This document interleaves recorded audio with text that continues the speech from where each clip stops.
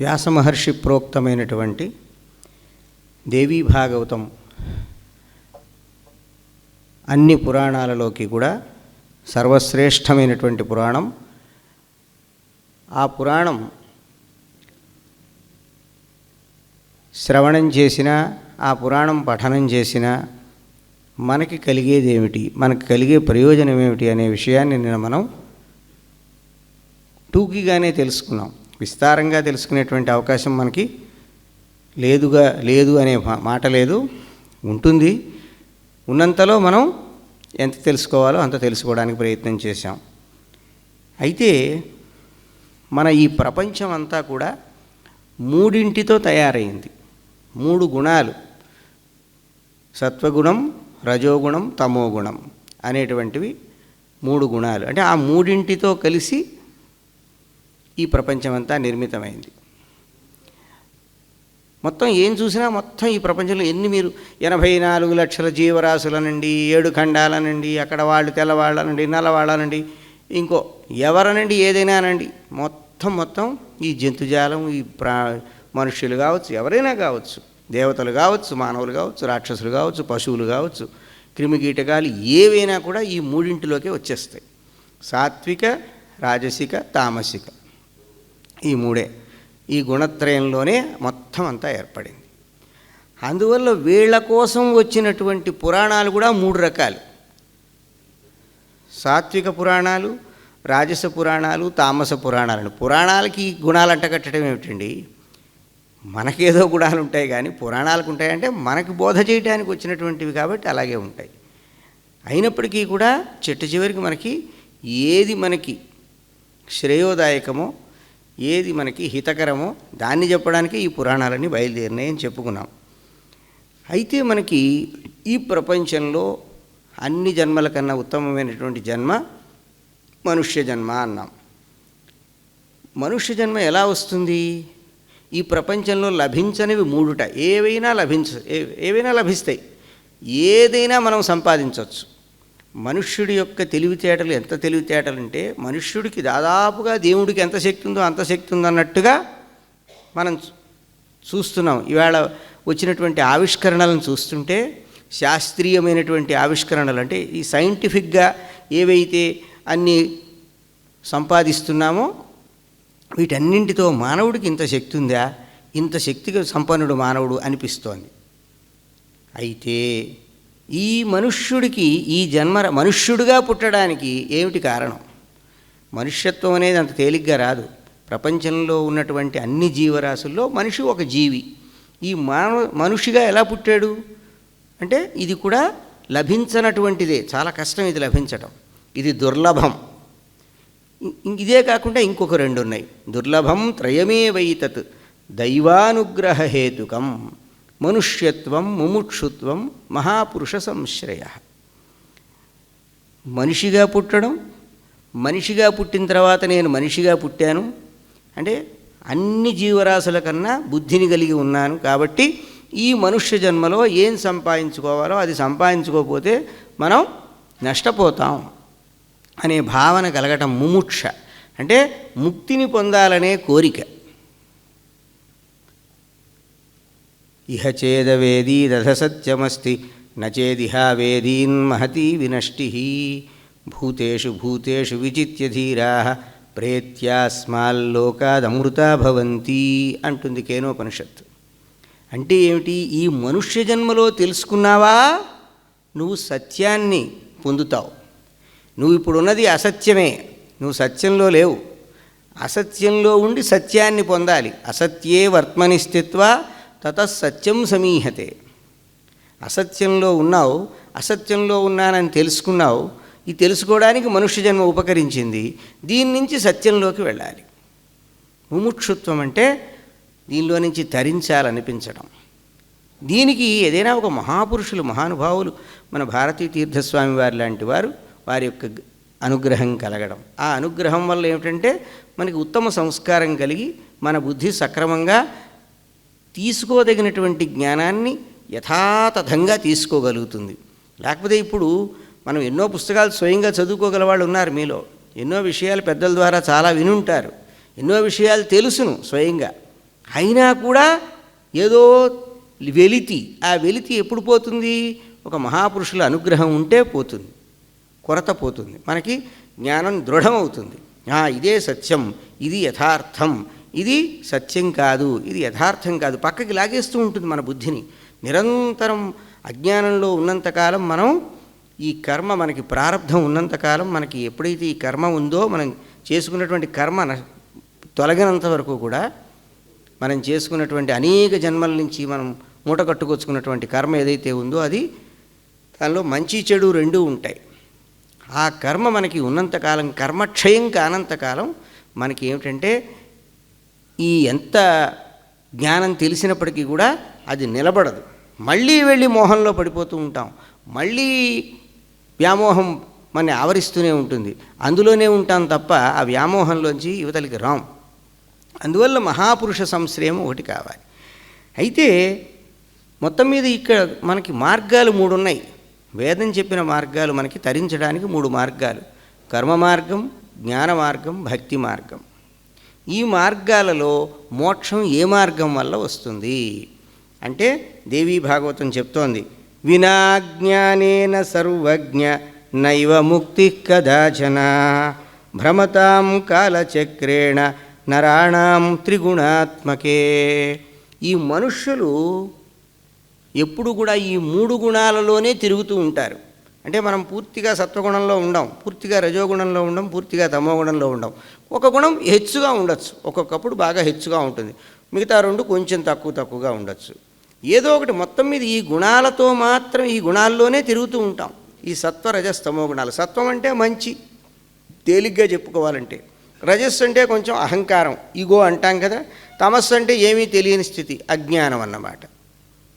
ఈ 3ఇంటిలోనే పడి తిరుగుతూ ఉంటాం. నాకు తెలుసు అనుకుంటాడు, లేదు కాస్త ఒక ఉత్తమ స్థితిలో ఉంటాడు జ్ఞానంతో, అది సత్వగుణం. ఎవరికి హాని చేయకుండా ఒక పద్ధతిగా ఉంటాడు, శాంతుడై ఉంటాడు.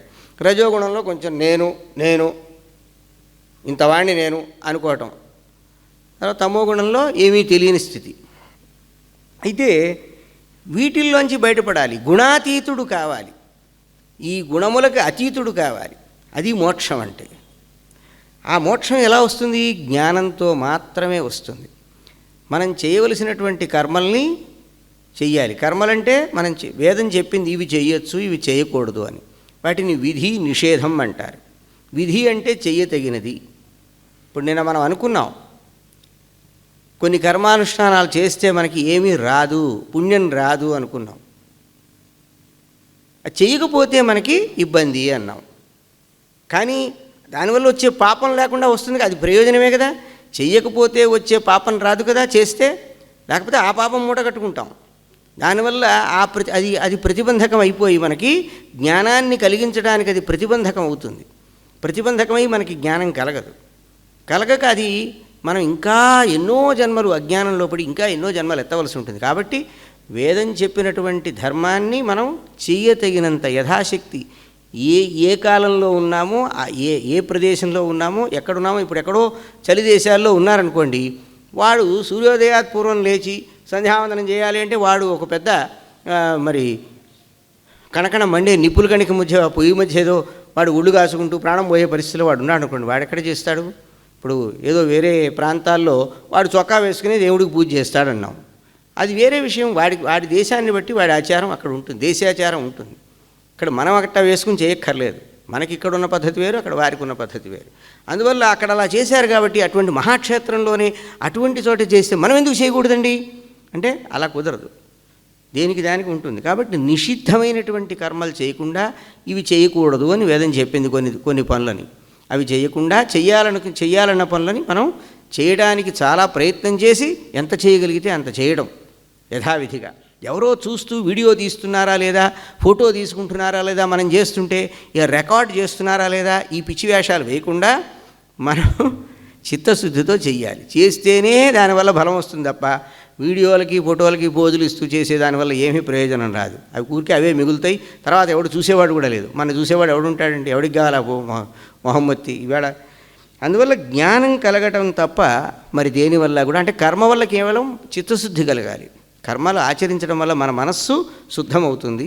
తర్వాత భక్తి కలగడం వల్ల ఏమిటంటే ఈశ్వరానుగ్రహం కలుగుతుంది. ఈశ్వరానుగ్రహం కలగడం వల్ల ఏమవుతుంది, మన మనస్సు నిలబడుతుందన్నమాట. నిలబడి జ్ఞానం కలిగితే ఆ ఈశ్వరానుగ్రహం చేత కలిగిన జ్ఞానం స్థిరమై అజ్ఞానం నాశనమై మనకి మోక్షం కలుగుతుంది. అందువల్ల కర్మ మార్గం, జ్ఞాన మార్గం, అదే భక్తి మార్గం, ఈ మార్గాలన్నీ మనకు కావాలి కొన్ని దశల్లో. కానీ చిట్ట చివరికి జ్ఞానం వల్లనే మోక్షం కలుగుతుంది, కానీ మరో మార్గం వల్ల కలగదు. అందువల్ల మొత్తం ఈ దేవీ భాగవతం అనేది సమస్తములైనటువంటి వేదశాస్త్రములన్నింటిలో చెప్పినటువంటి ఏ జ్ఞానం ఉందో దాని యొక్క సారం అది మాకు చెప్పండి, మేము తరించాలని కోరుకుంటున్నామని శౌనకాది మహర్షులందరూ సూత మహర్షిని ప్రార్థించారు. అప్పుడు ఆయన, నేను ఎంత భాగ్యవంతుణ్ణి, ఇప్పుడు నేను చెప్పగలను, చెప్పే సత్తా నాకుంది, కానీ మీరు ఇది చెప్పమని అడగటం ఉంది చూడండి, ఏదో చెప్పమని అడగకుండా మాకు ఇది కావాలి అన్నారే, ఎంత ధన్యుణ్ణి నేను ధన్యుణ్ణి, మీరు ధన్యుల సంగతి పక్కన పెట్టండి, ఇలాంటి విషయం చెప్పడానికి నేను సమాయత్తం అవుతున్నాను అని చెప్పి ఆయన ముందుగా ఆ తల్లిని ప్రార్థించి ఆ తర్వాత సృష్ట్వాఖిలం జగదిదం సదసత్స్వరూపం శక్త్యా స్వయా త్రిగుణయా పరిపాతి విశ్వం సంహృత్య కల్పసమయే రమతే తథైకా తాం సర్వవిశ్వజననీం మనసా స్మరామి. బ్రహ్మా సృజత్యఖిలమేతదితి ప్రసిద్ధం పౌరాణికైశ్చ కథితం ఖలు వేదవిద్భిః విష్ణోస్తు నాభికమలే కిల తస్య జన్మ తైరుక్తమేవ సృజతే నహి సస్వతంత్రః విష్ణుస్తు శేషశయనే స్వపితీతి కాలే తన్నాభిపద్మముకులే ఖలు తస్య జన్మ ఆధారతాంకిల గతోత్ర సహస్రమౌలిః సంబోధ్యతాం స భగవాన్ హి కథం మురారిః ఏకార్ణవస్య సలిలం రసరూపమేవ పాత్రం వినా నహి రసస్థితిరస్తి కశ్చిత్ యా సర్వభూత విషయే కిల శక్తిరూపా తాం సర్వభూతజననీం శరణం గతోస్మి. బ్రహ్మదేవుడు సృష్టి చేస్తున్నాడు, విష్ణువు పరిపాలిస్తున్నాడు. ఆ విష్ణువు శేషశయ్యపై పవళిస్తున్నాడు, ఆయనకి 1000 పడగలున్నాయి. ఆయన ఈ విష్ణువుని ధరిస్తున్నాడు. అంటే ఆయన్ని ధరించింది ఎవరు? ఈ సృష్టి చేసే శక్తి ఎవరిచ్చారు బ్రహ్మకి? ఈ పరిపాలించే శక్తి ఎవరిచ్చారు? అటువంటి ఆ శక్తిని, అందరికీ శక్తినిచ్చినటువంటి శక్తిని నేను స్మరిస్తున్నాను అని ఆ తల్లిని ముందుగా ధ్యానం చేసి ఈ దేవీ భాగవతం యొక్క స్వరూపం చెప్పాడు. ఈ దేవీ భాగవతంలో 12 స్కంధాలు ఉన్నాయి, 318 అధ్యాయాలు ఉన్నాయి, తర్వాత 18,000 శ్లోకాలు ఉన్నాయి. అయితే ఇప్పుడు ఏ పురాణమైనా 5గా ఉంటుంది, పంచలక్షణం అంటాం. ప్రతి పురాణంలో 5 రకాలైనటువంటి విషయాలు, అంశాలు ఉంటాయి. మొదటిది సర్గ అంటాం. సర్గ అంటే సృష్టి అని. ఇక్కడ 3 శక్తులు, బ్రహ్మదేవుడికి సృష్టించే శక్తి, విష్ణుమూర్తికి పరిపాలించే శక్తి, ఈశ్వరుడికి లయింపజేసే శక్తి. ఈ శక్తులు ఒక దేహాన్ని పొందినవి, ఒక ఆకృతిని పొందినవి. ఆ శక్తులు 3 రూపాలుగా ఏర్పడటం అనేది మొట్టమొదట సృష్టి అంటాం. ఆ సృష్టి తరువాత ఆ సృష్టి చేయడానికి వచ్చారు, ఆ శక్తుల్ని పొంది ఆయా పనులు చేయడానికి వచ్చిన వాళ్ళు బ్రహ్మ విష్ణు మహేశ్వరులు. అది ప్రతి సృష్టి, ప్రతి సర్గ. సర్గ అనేది ఒక అంశం పురాణంలో, అంటే దాని గురించి చెప్పబడుతుంది. తర్వాత ప్రతిసర్గ అంటే సృష్టి తర్వాత జరిగేటువంటిది, దానికోసం వచ్చిన బయలుదేరిన వాళ్ళు బ్రహ్మ విష్ణు మహేశ్వరులు. అయితే తర్వాత సూర్యవంశం, చంద్రవంశం, ఈ వంశాలు ఎక్కడ ఆరంభమైనవి? సూర్యుడి దగ్గర, చంద్రుడి దగ్గర. ఆ సూర్యవంశం నుంచి మనని పరిపాలించేటువంటి ఈ జీవరాశులన్నింటినీ కూడా ఈ సృష్టింపబడినటువంటి సృష్టినంతా పరిపాలించడానికి ఆ పరిపాలించేటువంటి ఆ భగవంతుడి యొక్క అనుగ్రహంతో వీళ్ళు ఇక్కడ పాలకులుగా మనకు కనపడతారు. కానీ వీళ్ళకి అతీతమైనటువంటిది ఆయనే పరిపాలిస్తాడు. అందుకే మనం ఏమంటాం? నా విష్ణు పృథివీపతి, రాజు విష్ణువు యొక్క అంశ అంటాం.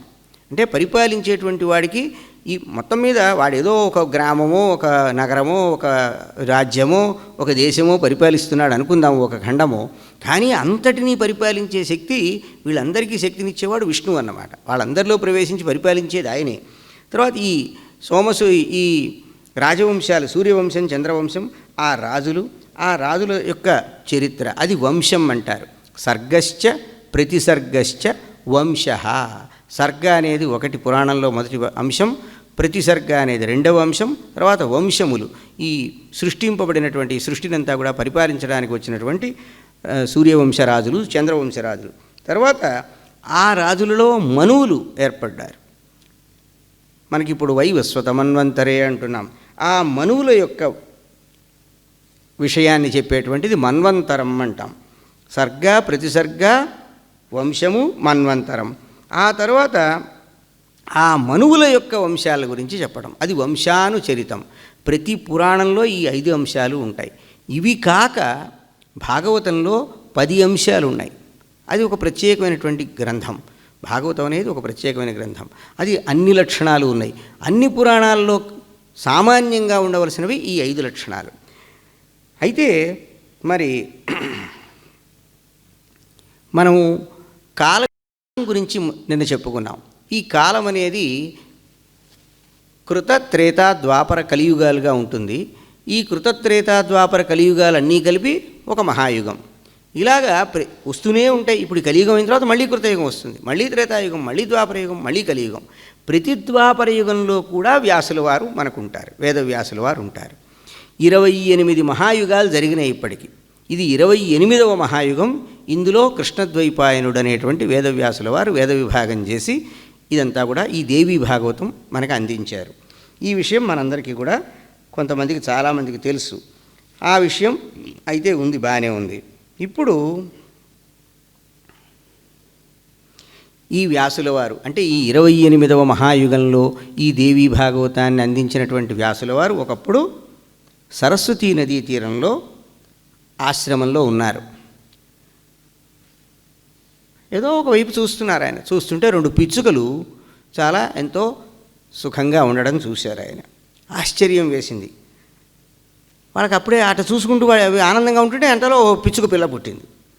పుట్టేటప్పటికీ వాళ్ళు అవి 2 కూడా చాలా ఆనందపడిపోతూ వాటికి తెచ్చి తమ ఆ ముక్కులతో అవి తెచ్చి చుంచువులు అంటాం, అవి తెచ్చి దానికి ఏదో గింజలు పెట్టడం అదంతా చేస్తూ ఎంత ఆనందపడిపోతున్నాయో ఆ బిడ్డని పెంచుకుంటూ ఆ బిడ్డను మురిసిపోతున్నాయి.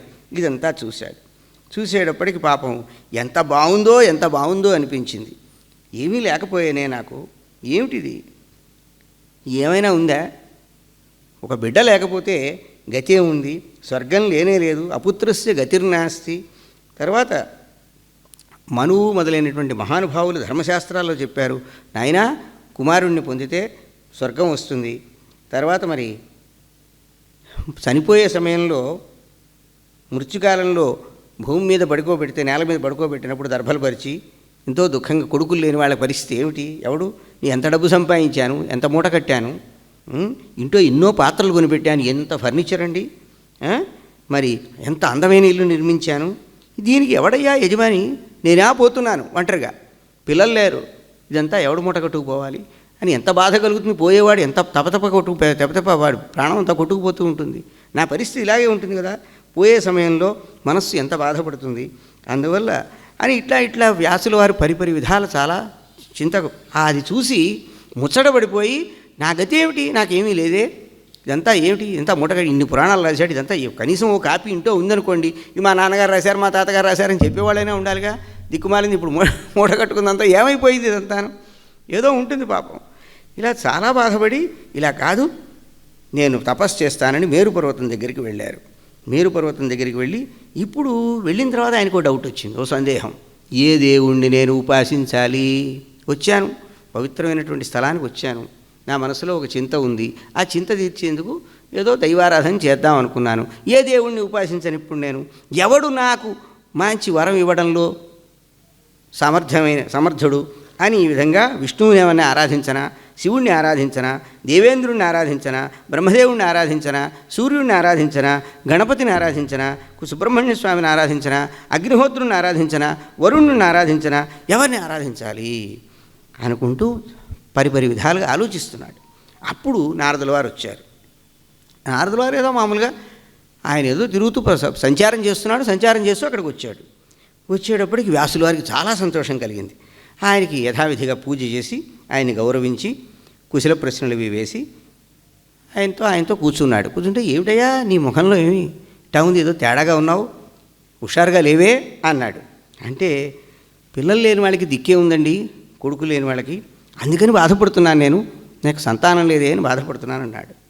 అందువల్ల నేను ఇప్పుడు ఏ దేవుణ్ణి తపస్సు చేసి సంతోషపెడితే నాకు కోరుకున్నటువంటి సిద్ధిస్తుంది చెప్పండి అంటే, నీవు సర్వజ్ఞుడు అయ్యా, నీకు చెప్పడం ఏమిటి, నీకు తెలియంది ఏదన్నా ఉందా అంటే, అప్పుడు నారదుల వారు అన్నారు, నువ్వు నన్ను అడుగుతున్నావే, నేను మా నాన్నగారిని ఒకసారి ఇలాగే అడిగాను. ఎందుకంటే ఆయన్ని అడిగితే మా నాన్నగారితో తెలుసుకోవాలని అనుకుంటే, మా నాన్నగారు, నేను కూడా ఉన్నాను ఆ సమయంలో, వాళ్ళ నాన్నగారిని అడిగారు. శ్రీ మహావిష్ణువుని బ్రహ్మదేవుడు అడిగాట. ఎందుకంటే శ్రీ మహావిష్ణువు ఏదో జపం చేస్తూ ధ్యానం చేస్తున్నట్ట.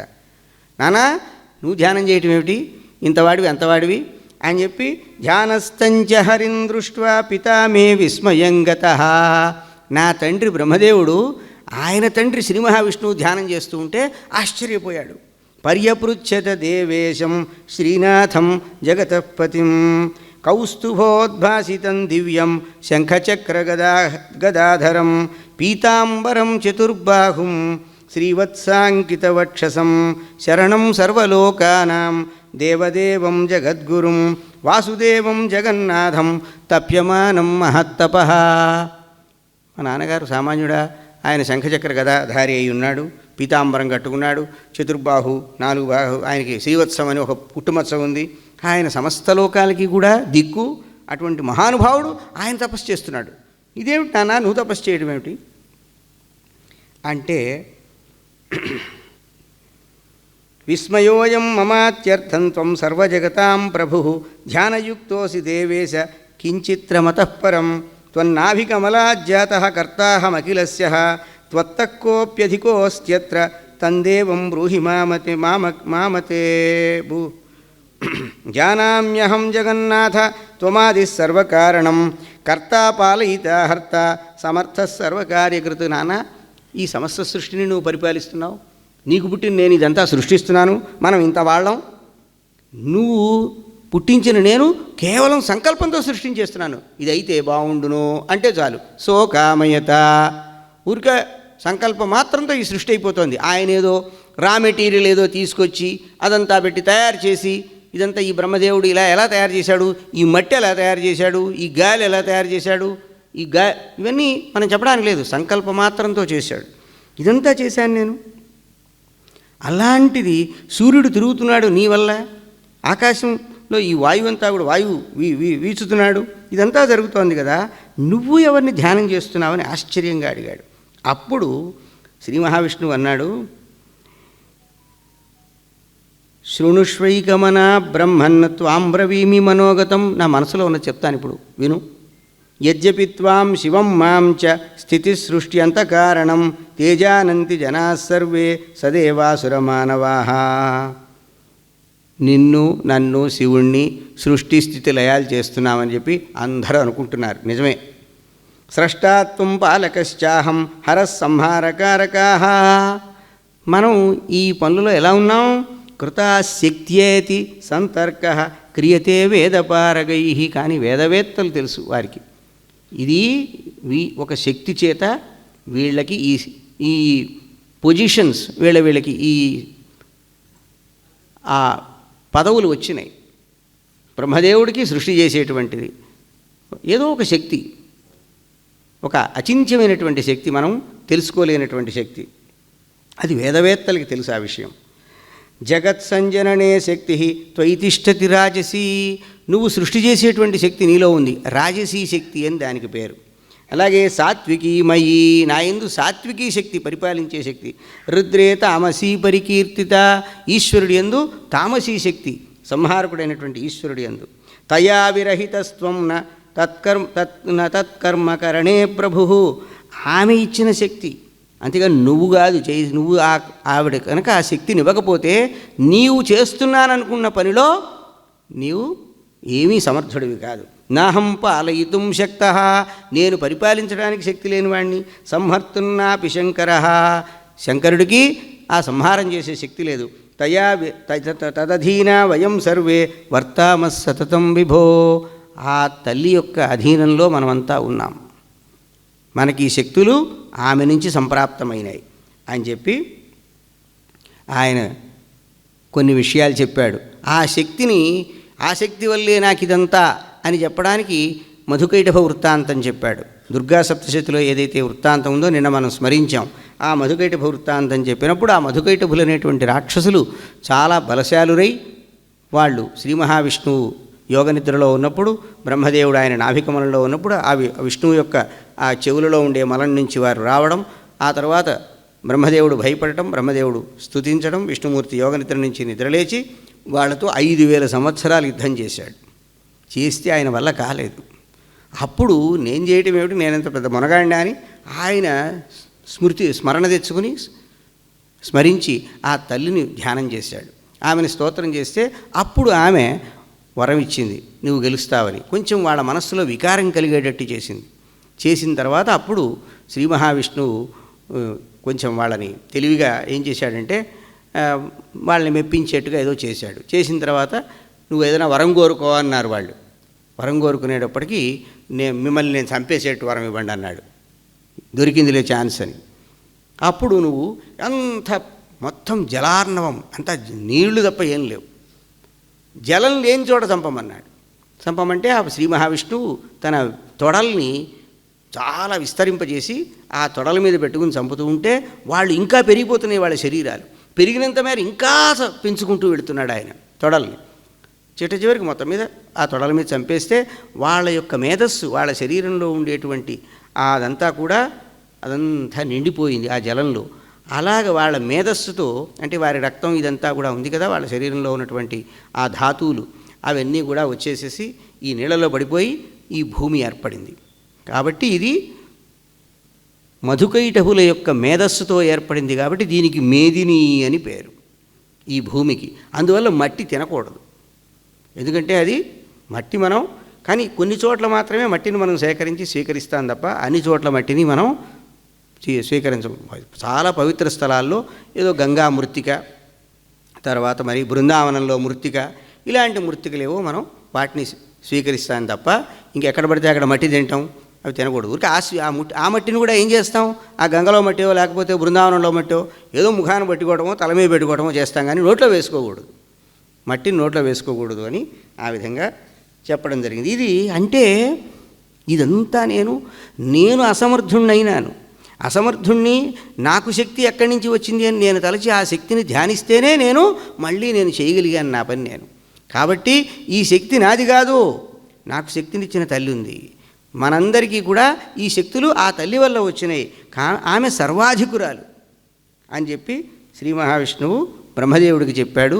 మా తాతగారు మా నాన్నగారికి చెప్పారయ్యా అని నారదుడు వ్యాసుల వారికి చెప్పాడు. కాబట్టి నువ్వు ఆ తల్లిని ఆరాధించు, ఆ తల్లిని ఆరాధిస్తే అప్పుడు నీకు లభిస్తుంది, నీవు కోరుకున్నటువంటిది లభిస్తుంది అని చెప్పి నారద మహర్షి వ్యాసుల వారు చింతాక్రాంతుడై ఉంటే చెప్పడం జరిగింది.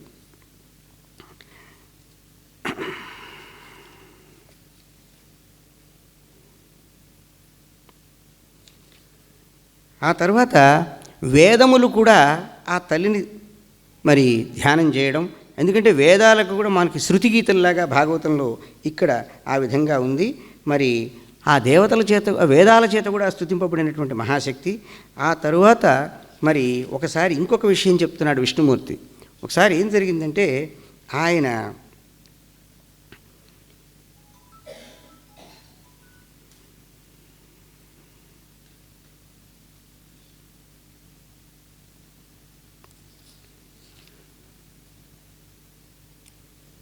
కేనచిత్ కాలయోగేన దేవకార్యార్థసిద్ధయే ప్రవిష్టా తామసీ శక్తి తస్యా దేహేతి దారుణా స్త్రీస్వభావాచ్చ భావిత్వాత్ కాలయోగాద్ వినిర్ణయః అవిచార్య తదా దత్తః శాపః స్వసుఖనాశనః సపత్నీ సంభవం దుఃఖం వైధవ్యాదధికం త్వితి విచింత్య మనసేత్యుక్తం తామసీ శక్తియోగతః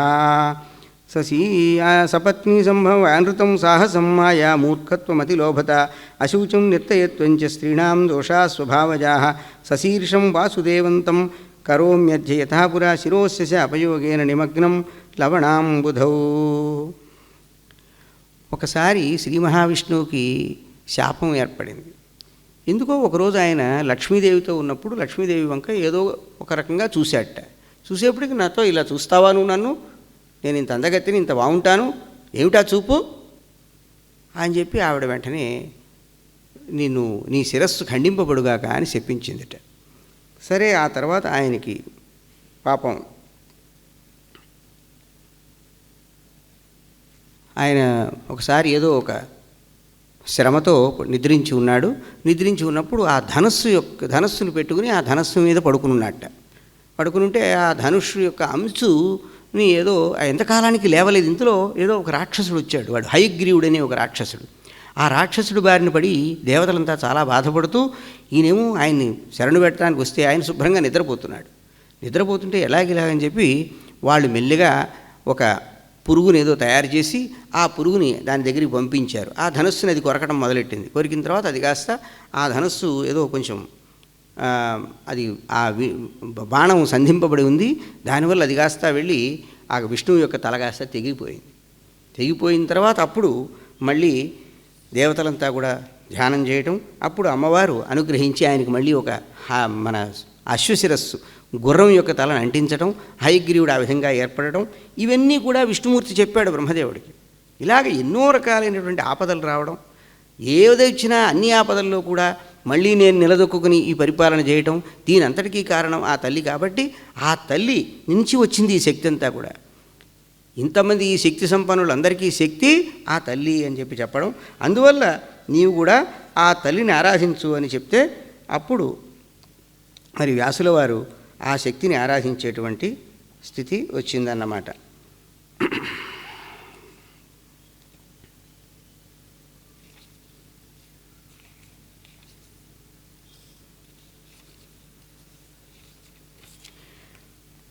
అయితే ఈ వ్యాసుల వారికి మరి ఆయన తపస్సు చేశారు. తపస్సు చేసిన తర్వాత ఆయన ఏకాక్షర మంత్రాన్ని అనుష్ఠానం చేస్తూ, అది వాగ్బీజం, మనకి బీజాక్షరములు ఉన్నాయి కదా, వాగ్బీజం, ఆ ఒకే అక్షరంతో ఉండేటువంటి ఆ వాగ్బీజాన్ని నారద మహర్షి ద్వారా ఆయన గ్రహించి దాన్ని ధ్యానం చేస్తూ ఆ మహామాయని పుత్ర సంతానం కోసం ఆరాధిస్తూ ఉన్నారు. ఆరాధిస్తూ ఉన్నప్పుడు ఏం జరిగిందంటే, మరి శంకరుడు అక్కడ ఆయన ఉండి, ఉవాచ భగవాన్ రుద్రో మఘవంతం తథాస్థితం కథమింద్రాద్యభీతోసి కిందుఃఖం తే సురేశ్వర అమర్షో నైవ కర్తవ్య తాపసేషు గదాచన. ఇంద్రుడికి భయం వేసేసింది వ్యాసుల వారు తపస్సు చేస్తూ ఉంటే. ఏం చేసేస్తాడో, నా పదవికి ఏమైనా ఎసరు పెడతాడేమో అని చెప్పి ఆయన చాలా భయపడిపోతున్నాడు. భయపడిపోతూ ఉంటే శివుడి దగ్గరికి వెళితే, ఎందుకయ్యా అంత భయపడుతున్నావు నువ్వు? ఆయన మంచి తపస్వి, ఆయన వల్ల నీకేం ఇబ్బంది? ఏదో ఆయన పుత్రకామన కోసం పుత్రులు కావాలని చెప్పి తపస్సు చేస్తున్నాడు, ఆయన నీకేం ఇబ్బంది పెట్టేవాడు కాదు అన్నాడు. సరే, ఆయన కొంచెం అమ్మయ్య నాకేం జరగదు అనుకున్నాడు. ఆ తర్వాత ఈ వ్యాసుల వారు ఏ విధంగా నాకు సంతానం కలుగుతుంది అన్నప్పుడు ఆయన అలా ఆలోచనలో ఉన్నప్పుడు ఘృతాచి అనేటువంటి అప్సరస కనపడింది. ఆ అప్సరస కనపడ్డప్పుడు మరి ఈమెను నేను కనుక స్వీకరించి కనుక నేను వివాహం చేసుకుంటే, ఇంత పెద్ద తపస్సు చేసుకున్న ఆయన చివరికి ఇట్లా అయిపోయాడేమిటి అని చెప్పి అందరూ అనుకుంటారు, పరువు పోతుంది నాకు, ఎట్లా ఇది ఏమిటి, నా పరిస్థితి ఏమిటి అని చెప్పి పాపం చాలా బాధపడ్డాడు. మనస్సులో వికారం కలిగినప్పటికీ కూడా ఆమెను స్వీకరించడానికి ఇబ్బంది పడ్డాడు. అమ్మో ఇదంతా చాలా ప్రమాదం అని చెప్పి. ఆ తర్వాత నేను గృహస్థుని కాకపోతే నాకు సంతానం ఎలా కలుగుతుంది ఇలా అనుకుంటూ ఉన్నాడు. ఆ తర్వాత మరి వచ్చి ఆశ్రమానికి వచ్చాడు. ఆ తపస్సు అంతా చేసిన తర్వాత అగ్నిని మథనం చేస్తున్నాడు అరణిలో. అంటే జమ్మికర్ర ఉంటుంది కదా, ఆ జమ్మికర్రని మధిస్తే అగ్ని వస్తుంది. ఆ అగ్నిలో హోమాలు అవి చేస్తారు. ఆ విధంగా మధిస్తూ ఉంటే ఆయనకి ఆ వికారం చేత అక్కడ ఆయన మరి ఆ మనోవికారం వల్ల అక్కడ ఒక చిలుక రూపంలో వచ్చింది ఆ ఘృతాచి అక్కడ ఉన్నది. ఉండేప్పటికి ఆమెను చూసి ఇంకా ఈ వికారం వల్ల వెంటనే ఆ అరణి మీద ఆయన వీర్యం పడడం, అక్కడి నుంచి ఈ శుకుడు ఏర్పడ్డాడు. అదంతా వ్యాసుల వారి యొక్క తేజస్సుతో వచ్చాడు కాబట్టి అంతా ఆయన పోలికలతో వచ్చాడు మహానుభావుడు. వచ్చిన తర్వాత ఆయన జన్మతోనే మహాయోగి అయిపోయాడు. మహాయోగి ఎంత అంటే అంటే పుట్టుకతోనే అటువంటి మహానుభావుడు. ఆయనకంటే సుఖయోగీంద్రుడు అంటాం కానీ ఆయన యోగి అంటే అటువంటి మహానుభావుడితో వ్యాసుల వారు అన్నారు, నాయనా నువ్వు పెళ్లి చేసుకో అన్నారు. నాకెందుకయ్యా పెళ్ళి అంటే, అట్లా కాదు నువ్వు పెళ్లి చేసుకోవాల్సిందేను అన్నాడు. అంటే నేను ఎట్లా పెళ్లి చేసుకుంటే అది చాలా బంధం కదా, చాలా ఇబ్బంది పడిపోతాను, ఇదంతా చాలా కష్టం, ఇవన్నీ చాలా చాలా మాటలు చెప్పాడు ఆయన. అట్లా కాదులే, ఒకసారి నువ్వు జనక మహారాజు దగ్గరికి వెళ్ళి ఆయన చూడు, ఆయన పెళ్లి చేసుకున్నాడు, ఆయన రాజుగా పరిపాలన చేస్తున్నాడు, అన్నీ ఉన్నాయి ఆయనకి, ఆయన ఒక పెద్ద రాజు, సైన్యం, కోట, మళ్ళీ ఆయనకి రాణులు, సంతానం అంతా ఉంది. ఆయన ఒకసారి చూసి ఆయనతో మాట్లాడి వచ్చిన తర్వాత అప్పుడు నువ్వు నిర్ణయం తీసుకోవచ్చు, నువ్వు కొంచెం జనక మహారాజుతో వెళ్ళి మాట్లాడమన్నాడు. అప్పుడు జనక మిథిలా నగరానికి వెళ్ళాడు. మిథిలా నగరానికి వెళ్ళిన తర్వాత ఆయనకి ఇదంతా పెద్ద నాటకంలాగా ఉంది. ఇంత పెద్ద రాజ్యం, ఈ సైన్యం ఏమిటి, ఎక్కడ చూసినా అనేక రకాలైనటువంటి వ్యామోహాన్ని కలిగించేటువంటి పరిస్థితులే ఉన్నాయి. ఇలాంటప్పుడు ఆయన యోగిట, ఆయన జనకుడు, జీవన్ముక్తుడు, మహానుభావుడు, ఆయనకి ఏ రకంగానూ అశరీరం వా వసంతన్న ప్రియా ప్రియే స్పృశత అని మనకి ఉపనిషత్తులో చెప్తారు. అంటే శరీరం లేదు అన్నట్టుగా, శరీరం, ఇప్పుడు మనమంతా శరీరంలో ఉన్నాం. అశరీరం వా వసంతం, అశరీరం వా వసంతం అంటే శరీరం లేకుండా ఉన్నవాడికి ప్రియాప్రియములు వాడిని స్పృశించవు. ఇది నాకు ప్రియము అంటే ఇది ఇష్టము, ఇది అప్రియం, ఇది అయిష్టం అనిపించవు. ఎవరికైనా మనమందరం శరీరంలోనే ఉన్నాం కదా, అంటే శరీరం పడిపోతే అప్పుడు శరీరం లేనివాడు అవుతాడు అంటే కాదు, ఇది భ్రమ, నేను ఈ శరీరం కాదు అనేటువంటి స్థితి ఉన్నవాడు ఎవడో మహానుభావుడు ఉంటాడు. దేహంలోనే ఉంటూ దేహాభిమానం లేకుండా ఉండడం, అది ఎవడికుంటుంది? ఎవరో మహానుభావుడికి, ఏదో రమణ మహర్షికి ఉంది, ఏదో చంద్రశేఖర భారతీ స్వాములు వారు ఎలా ఉన్నారు, వారు ఎలా, కంచి పరమాచార్యులు వారు ఎలా ఉన్నారు, ఇలా మనం పెద్దల గురించి చెప్పుకుంటున్నాం.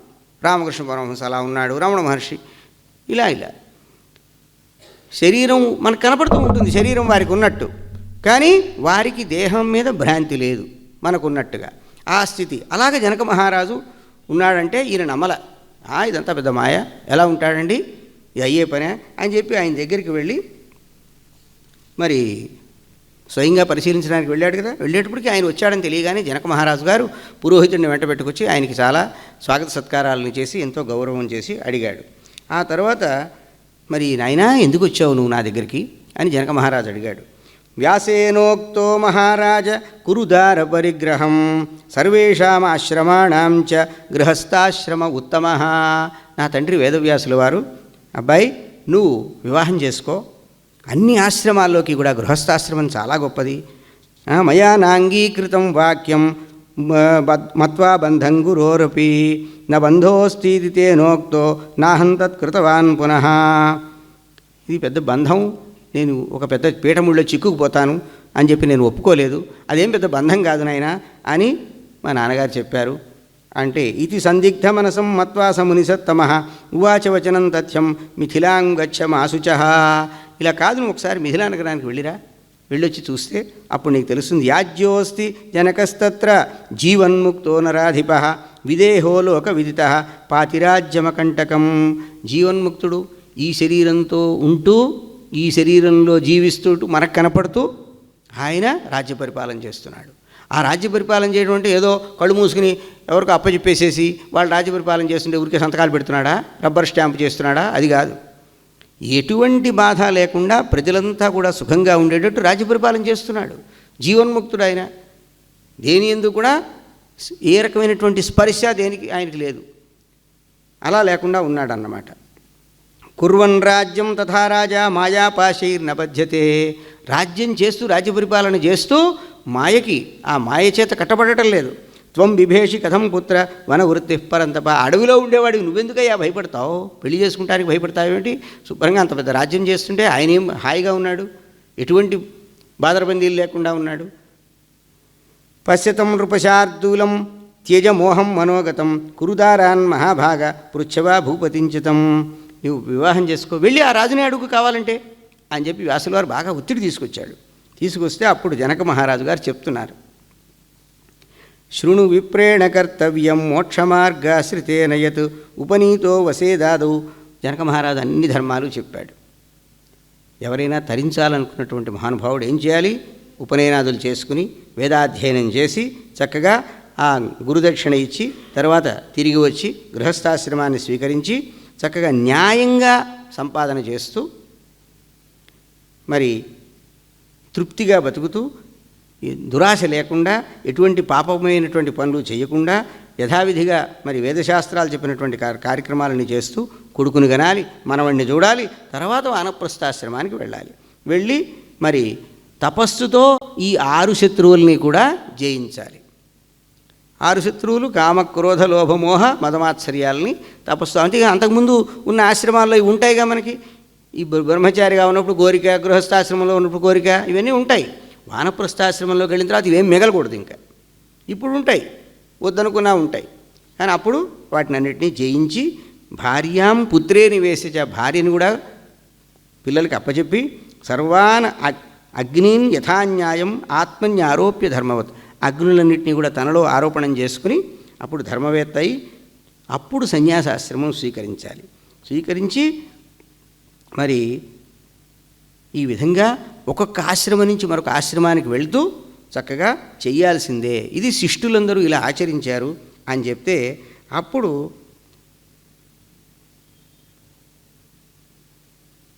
వైరాగ్యం కలిగితే అప్పుడు అడవుల్లో ఉండాలి, కానీ వైరాగ్యం కలకపోయినప్పుడు అడవుల్లో ఎందుకండి ఉండడం అని శుక్ల వారు అడిగాడు. ఈ ఇంద్రియములు ఉన్నవే మన ఇంద్రియాలంటే ఈ కన్ను, చెవి, ముక్కు, నోరు, ఈ చర్మం, ఇవి కదండి ఇంద్రియాలు. ఇప్పుడు మనకి శంకరాచార్య వారు వివేక చూడామణిలో చెప్పారు, ఒక్కొక్క ఇంద్రియం వల్ల ఒక్కొక్క జీవి ఏ విధంగా నశించిందో చెప్పారు. శబ్దాదిభి పంచభిరేవ పంచత్వమాపు స్వగుణేన బద్ధా కురంగ మాతంగ పతంగ మీన భృంగా నరః పంచభిరంచిత కిం. శబ్దం, వేణువు పిల్లను గ్రోవి ఊదుతూ ఉంటారు వేటగాళ్ళు లేడిని పట్టడానికి. ఆ ధ్వనికి, ఆ మధురమైనటువంటి ధ్వనికి ఆకర్షితమవుతుంది లేడి. దానివల్ల వచ్చిదే వాడు వల వేసి పట్టేస్తాడు. అంటే శ్రవణేంద్రియం అంటే ఈ చెవి ద్వారా గ్రహించేటువంటి శబ్దానికి లోబడిపోయి దాంతో లేడి కాస్త బంధింపబడుతుంది.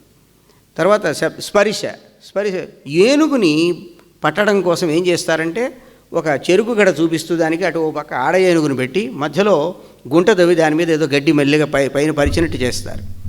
దాంతో ఆ ఆడ ఏనుగు యొక్క స్పర్శ కోసం ఆరాటపడి అది కాస్త పరిగెత్తుకుంటూ వచ్చి డబేలను గోతిలో పడుతుంది.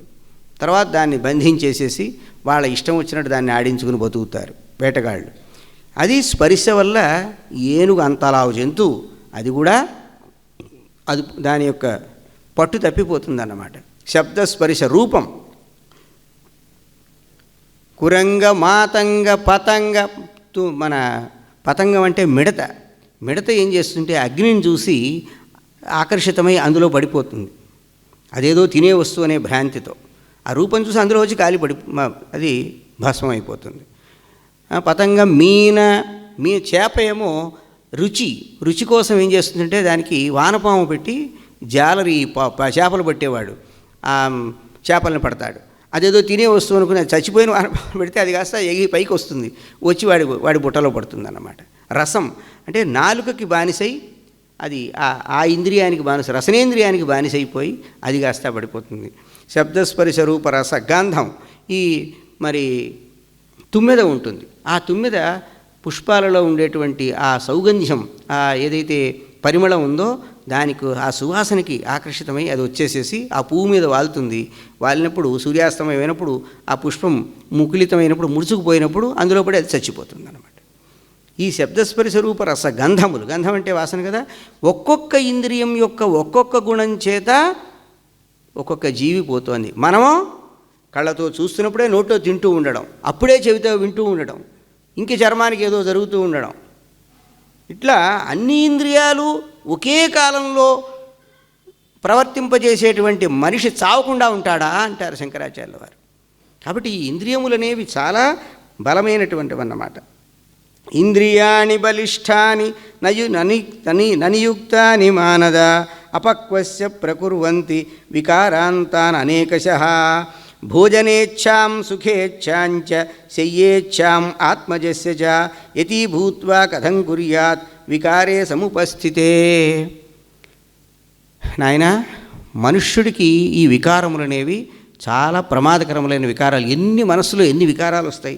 భోజనం మీద కోరిక ఉంటుంది, సుఖం కావాలని కోరిక ఉంటుంది, ఈ ఇంద్రియాలతో సుఖపడాలి, ఈ శరీరంతో వచ్చే సుఖపడాలని, మరి పిల్లలు కావాలని, ఇంకా ఇవన్నీ కూడా సన్యాసి అయిన తర్వాత ఈ వికారాలు కలిగితే ఎలా అదుపు చేసుకుంటాడు? అందువల్ల వీటన్నింటినీ వదుల్చుకుని ఈ వికారములన్నీ ఇవన్నీ కూడా తుచ్చములైనటువంటి స్థితిని స్థిరపరచుకుని అప్పుడు నువ్వు వైరాగ్యంతో సన్యాసివి కావాలి. కానీ నేను ఇవన్నీ వదిలేస్తాను,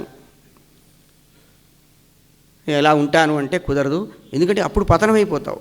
ఇప్పుడు పతనమయ్యే అవకాశం లేదు. గృహస్థాశ్రమంలో ఉన్నప్పుడు పతనం అనేటువంటి పరిస్థితి లేదు. అక్కడికి వెళ్ళి పతనం అయితే చాలా ప్రమాదం అని చెప్పి మొత్తం మీద జనక మహారాజు ఒప్పిస్తే ఆయన అప్పుడు మరి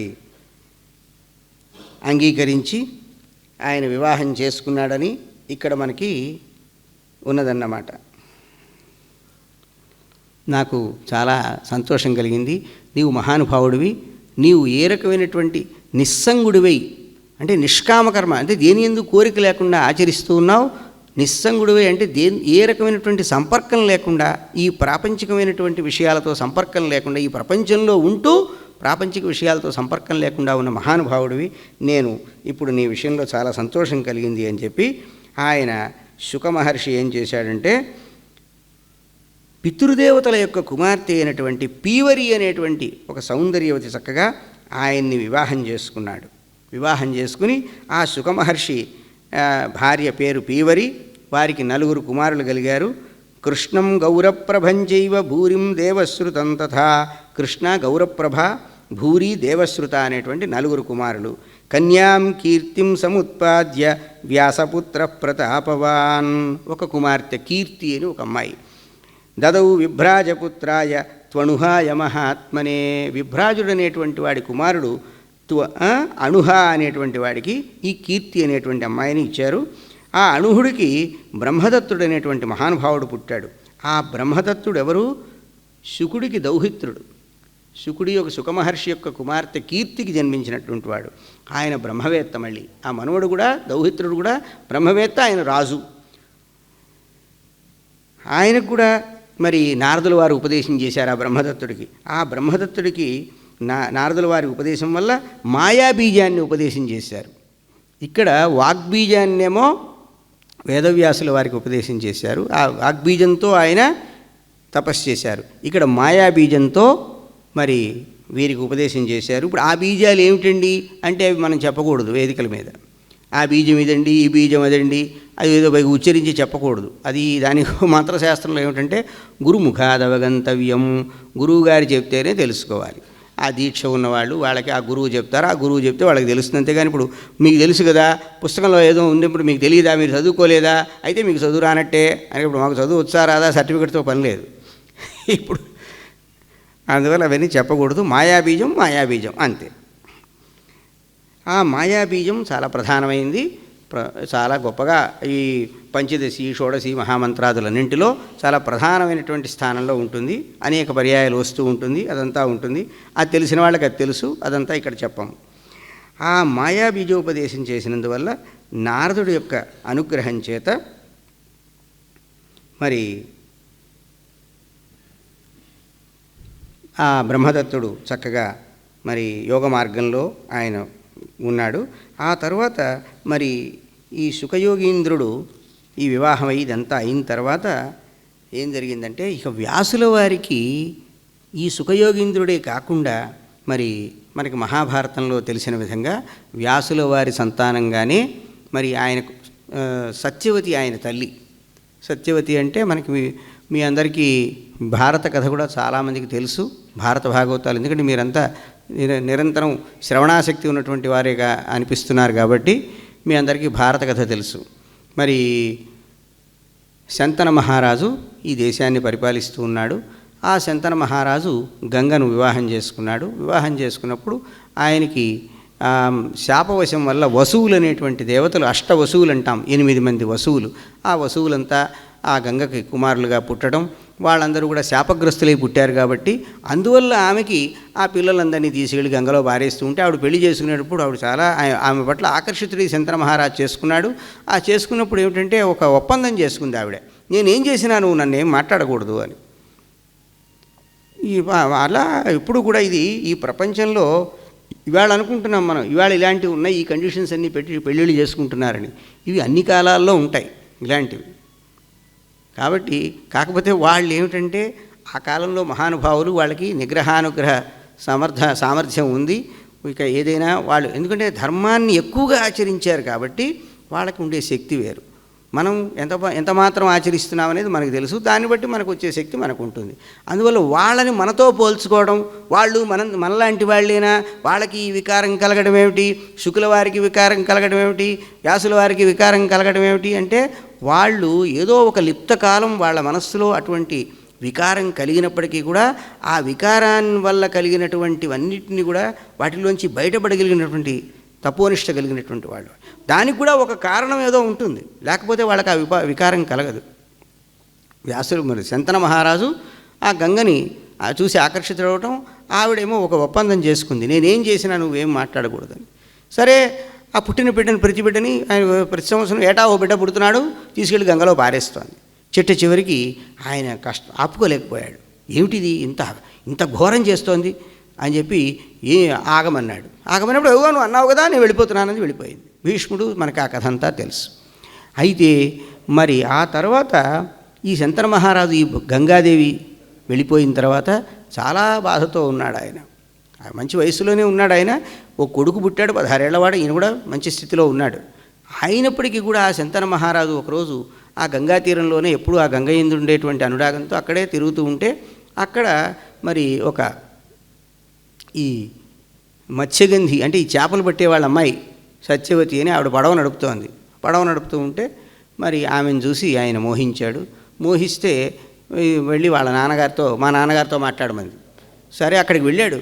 ఆ పల్లి గంగా తీరంలో ఉన్నటువంటి ఆ పల్లెకి వెళ్ళాడు. వెళ్ళి ఆయన అడిగితే, భలేవాడివేనయ్యా, నీకు పిల్లని ఎట్టా ఇస్తాం మేము, నువ్వు పెద్ద మహారాజు అయితే మాత్రం, నీకు ఒక పక్క కొడుకున్నాడు, వారసుడున్నాడు, నీకు మా అమ్మాయి గతి ఏమిటి, నీకు ఊరికే ఇప్పుడు వివాహం చేసుకుంటే చాలు ఏమిటి, మా అమ్మాయికి ఎలాగా అంటే, అందుకు అప్పుడు ఆయన ఆమెకు పుట్టేటువంటి సంతానానికి రాజ్యం వచ్చేందుకు భీష్ముడు అంటే చాలా ఇష్టం. ఆ భీష్ముడి కోసం అంటే పిల్లాడి కోసం ఆ గంగాదేవిని కూడా వదులుకున్నాడు కదా. ఆ పిల్లాడు ఏమో యుక్త వయసుకు వచ్చాడు, యువరాజుగా ఆయనకి పట్టాభిషేకం చేసేటువంటి స్థితి ఏర్పడింది. ఇప్పుడు ఆయన్ని కాకుండా ఈమెను వివాహం చేసుకుంటే ఈమెకు కలిగే సంతానానికి రాజ్యం ఇవ్వాలంటే ఇది తట్టుకుని ఆ పిల్లాడి మీద వ్యామోహం ఉంది, ఈ అమ్మాయిని చూసి మోహం కలిగింది. చాలా చిక్కిపోతున్నాడు మనిషి, కృషించిపోతుంటే ఏమిటిది నాన్నగారు ఇలా కృషించిపోతున్నారని చెప్పి పాపం భీష్ముల వారు తెలుసుకుని మొత్తం మీద ఆయన యొక్క కదలికలన్నీ కూడా వాటి మీద నిఘా పెట్టి తెలుసుకుని, నేను ఈ జీవితంలో వివాహం చేసుకోను, ఆజన్మ బ్రహ్మచారిగా ఉంటాను అన్నాడు. వివాహం చేసుకునే వాడికి రాజ్యాధికారం లేదు ఆ సమయంలో. ఇప్పుడు మనకి వివాహం చేసుకోకపోయినా ఉంది, యోగులకు ఉంది, ఇప్పుడు వివాహం చేసుకుని భార్యలతో వాళ్ళకి సంపర్కం లేని వాళ్ళకి ఉంది, ఏదైనా ఉంది. అంటే ఈ కాలం వేరు, ఆ కాలం వేరు. అందుకని అప్పుడు అలా ఏం తప్పే ఉందండి, భార్యతో పాటే రావాలి, తల మీద దేవుడికి వస్త్రాలు ఇవ్వాలంటే ఆయన రాలేదు, ఇలాంటివన్నీ ఏదో ఇప్పుడు మాట్లాడుతున్నారు. పూర్వం వాళ్ళు వేరు, ఆ కథ వేరు. అవన్నీ ఇప్పుడున్న రాజకీయాలు, ఇప్పుడున్న పరిపాలకుల్ని వాళ్ళతో మనం ఎప్పుడూ చెప్పకూడదు. ఇది ఆధ్యాత్మికమైన విషయాలన్నిటికీ కూడా ఏమిటంటే ఒక సాంకేతికమైనటువంటి అర్థం. మన మనస్సులో ఉండేటువంటి మాలిన్యం తొలగి మనకి పరమేశ్వరుడు యందు భక్తి కలిగి మనం కృతార్థలం అయ్యేందుకు ఈ కథల్లో ఉండే విషయాల్ని గ్రహించాలి. కానీ ఈ కథలు ఏమిటి ఇలా ఉన్నాయి అలా ఉన్నాయి ఇటువంటి భావంతో మనం వినకూడదు, చెప్పకూడదు. అయితే మరి ఈ విషయం తనే వెళ్ళి భీష్ముడు పోయి చెప్పొచ్చాడు. ఆ దాశరాజు ఇంటికి వెళ్ళి, నేను వివాహం చేసుకోవటం లేదు, నువ్వు చక్కగా మీ అమ్మాయిని ఇచ్చి మా నాన్నగారికి వివాహం చేయి అన్నాడు. సరే, సత్యవతిని ఆయన వివాహం చేసుకున్నాడు. అయితే సత్యవతికి వివాహం కాకముందు ఆమె పడవ నడుపుతూ ఉన్నప్పుడు పరాశర మహర్షి ఒకరోజు గంగానది దాటడానికి వచ్చి ఆ పడవ ఎక్కాడు. పరాశర మహర్షి అంటే వ్యాస భగవానుడి యొక్క తండ్రి. ఎక్కినప్పుడు ఆయన పడవలో కూర్చుంటే ఆయన మనసులో వికారం కలిగింది ఆ అమ్మాయి పడవ నడుపుతూ ఉంటే. వెంటనే చీకటిని సృష్టించాడు. చీకటి వచ్చేసింది. ఒక దీవి ఆ గంగలోనే అందరూ పడవల్లో వెళుతున్నారు అందరూ, కానీ ఎవరికి ఏమీ తెలియదన్నమాట. అలా ఆయన యోగశక్తితో ఆ పడవ గంగలోనే ఒక దీవి ఏర్పడింది. అక్కడ మరి ఆ సతీదేవితో ఆయనకి సంపర్కం ఏర్పడడం, వెంటనే వేదవ్యాసుడు పెద్దగా ఒక ఋషీశ్వరుడు, ఒక పసిపిల్లలాగా కాదు, ఒక ఋషీశ్వరుడు వచ్చేశాడు. ఇదంతా ఒక కారణాంతరం వల్ల, ఏదో ఒక రకమైనటువంటి శాప ప్రభావాలు లేకపోతే ఒక కారణం వల్ల అలా రావడం, ఆవిడకి ఏదో యోగ్యత ఉండడం, తర్వాత ఆమె మళ్ళీ కన్యాత్వాన్ని పొందే ఉంది. ఆమె పరాశరుడితో ఆమెకి సంపర్కం ఏర్పడినప్పటికీ కూడా ఆవిడ కన్యగానే ఉంది. అప్పుడు పుట్టినటువంటి వ్యాసుల వారు మరి మహర్షి అయినాడు. అందువల్ల సత్యవతి ఆయనకి తల్లి. తర్వాత ఆమెకు వివాహం జరగడం, శంతన మహారాజు భార్య అవ్వడం. కాకపోతే ఆ శంతన మహారాజుకి ఆమెకి 2 పిల్లలు పుట్టారు. ఆ పిల్లలు పుట్టిన తర్వాత వాళ్ళకి వివాహం చేశాడు భీష్ముల వారు. ఆయన వివాహం చేసుకోలేదు కానీ వాళ్ళకి వివాహం ఆయన చేశాడు. వాళ్ళకి సంరక్షకుడుగా ఉన్నాడు. ఉన్న తర్వాత వాళ్ళు వివాహం అయిన తర్వాత వాళ్ళ యొక్క ప్రవృత్తి చేత త్వరగా వెంటనే చనిపోయారు. చనిపోయిన తర్వాత కోడళ్ళు ఇద్దరూ కూడా మరి భర్తలు లేని వాళ్ళు అయిపోయినారు, వంశం లేదు. ఈయనేమో బ్రహ్మచారి, నువ్వు పెళ్లి చేసుకోమంటే భీష్ముడు నేను పెళ్లి చేసుకోనన్నాడు. ఇదంతా మనకి తెలిసిన వృత్తాంతమే. తర్వాత అప్పుడు వ్యాసుల వారి ద్వారా మళ్ళీ అక్కడ సంతానం ఏర్పడేట్టు చేసింది ఆ సత్యవతి. అదంతా కూడా ఆ కాలంలో ధర్మశాస్త్రానికి అంగీకారమైనటువంటి పద్ధతి. అక్కడి నుంచి పాండవులు ఎలా పుట్టారు ఇదంతా కూడా మనకి భారతంలో వస్తుంది. ఈ కథంతా కూడా మళ్ళీ మనకి ఇక్కడ చెప్పడం జరిగింది. వ్యాసుల వారి వల్ల మరి ఈ చంద్రవంశంలో రాజులందరూ కూడా ఈ చంద్రవంశం నిలబడడం అదంతా కూడా వచ్చిందన్నమాట. ఆ తర్వాత మరి అసలు ఈ భువనేశ్వరి ఎవరు, ఈ అమ్మవారు ఎవరు, ఇదంతా కూడా ఏది జరిగినప్పటికీ కూడా ఈ సృష్టిలో జరిగేటువంటి ఈ వికృతుల్లో మునిగిపోయేవాళ్ళు, ఈ వికృతిలోంచి బయటపడి మోక్ష మార్గంలోకి వెళ్ళేవాళ్ళు, ఏదైనా కావచ్చు. అసలు ఈ సృష్టి అంతా జరగడం ఏమిటి, ఈ త్రిగుణాలలో, ఈ సత్వరజస్తమో గుణాలలో ఈ జీవరాశులన్నీ తిరగడం, వాటితోనే ఈ సృష్టి అంతా ఏర్పడడం, ఆ రాజసీ శక్తి వల్ల బ్రహ్మదేవుడు సృష్టి చేయగలగడం, మరి సాత్వికీ శక్తి వల్ల విష్ణుమూర్తి పరిపాలించడం, అలాగే తామసీ శక్తి వల్ల ఈశ్వరుడు సంహారం చేయడం. ఈ శక్తులన్నిటికీ మనం అంటామే ముగురమ్మల మూలపుటమ్మ, ఈ ముగురమ్మలకి మూలమైనటువంటి అమ్మ. అలాగా మరి త్రిపుర అంటాం అమ్మవారిని. ఈ మూడిటికి పైన ఆవలో ఉన్నటువంటి తల్లి. అసలు ఆవిడ స్వరూపం ఏమిటి అనేది తర్వాత అది ఆ శక్తి వల్లనే ఇదంతా ఉంది అని చెప్తున్నటువంటి ప్రధానమైనటువంటి పురాణం కాబట్టి ఈ దేవీ భాగవత పురాణంలో మనం ఆ తల్లి యొక్క విషయం ఏమిటనేది మనం తెలుసుకోవాల్సిన విషయం. దానిని ఇప్పుడు మనం తెలుసుకోబోతున్నాం. జనమేజయుల వారికి సాక్షాత్ వేదవ్యాసుడే ఈ దేవీ భాగవతం చెప్పాడు అని నిన్న మనం అనుకున్నాం. జనమేజయుడికి ఎందుకు వేదవ్యాసుల వారు ఇది చెప్పారు? జనమేజయుడు సర్పయాగం చేశాడు. తన తండ్రికి ఒక పాము వల్ల మరి హాని జరిగింది, ఆయన కాస్త మరణించాడు కాబట్టి. కానీ పాము కాటు వల్ల పోయాడు కాబట్టి అదొక దోషం కాబట్టి దానికి ఆయన భాగవతం విన్నందువల్ల ఆయన శుద్ధి అయినాడని చెప్పి ఈ గ్రంథం చెప్తోంది. కానీ ఆయనకు ఉత్తమగతి కలగటం కోసం దేవీ భాగవతం విన్నాడు. అది వ్యాసుల వారే స్వయంగా ఆయనకి శ్రవణం చేయించారు అన్నారు కదా. అప్పుడు జనమేజయ మహారాజు అడుగుతున్నాడు ఆ సందర్భంగా, భగవన్ భవతా ప్రోక్తం యజ్ఞమంబాభిదం మహత్ సాకా కథం సముత్పన్న కుత్రకస్మాచ్చ కింగుణా.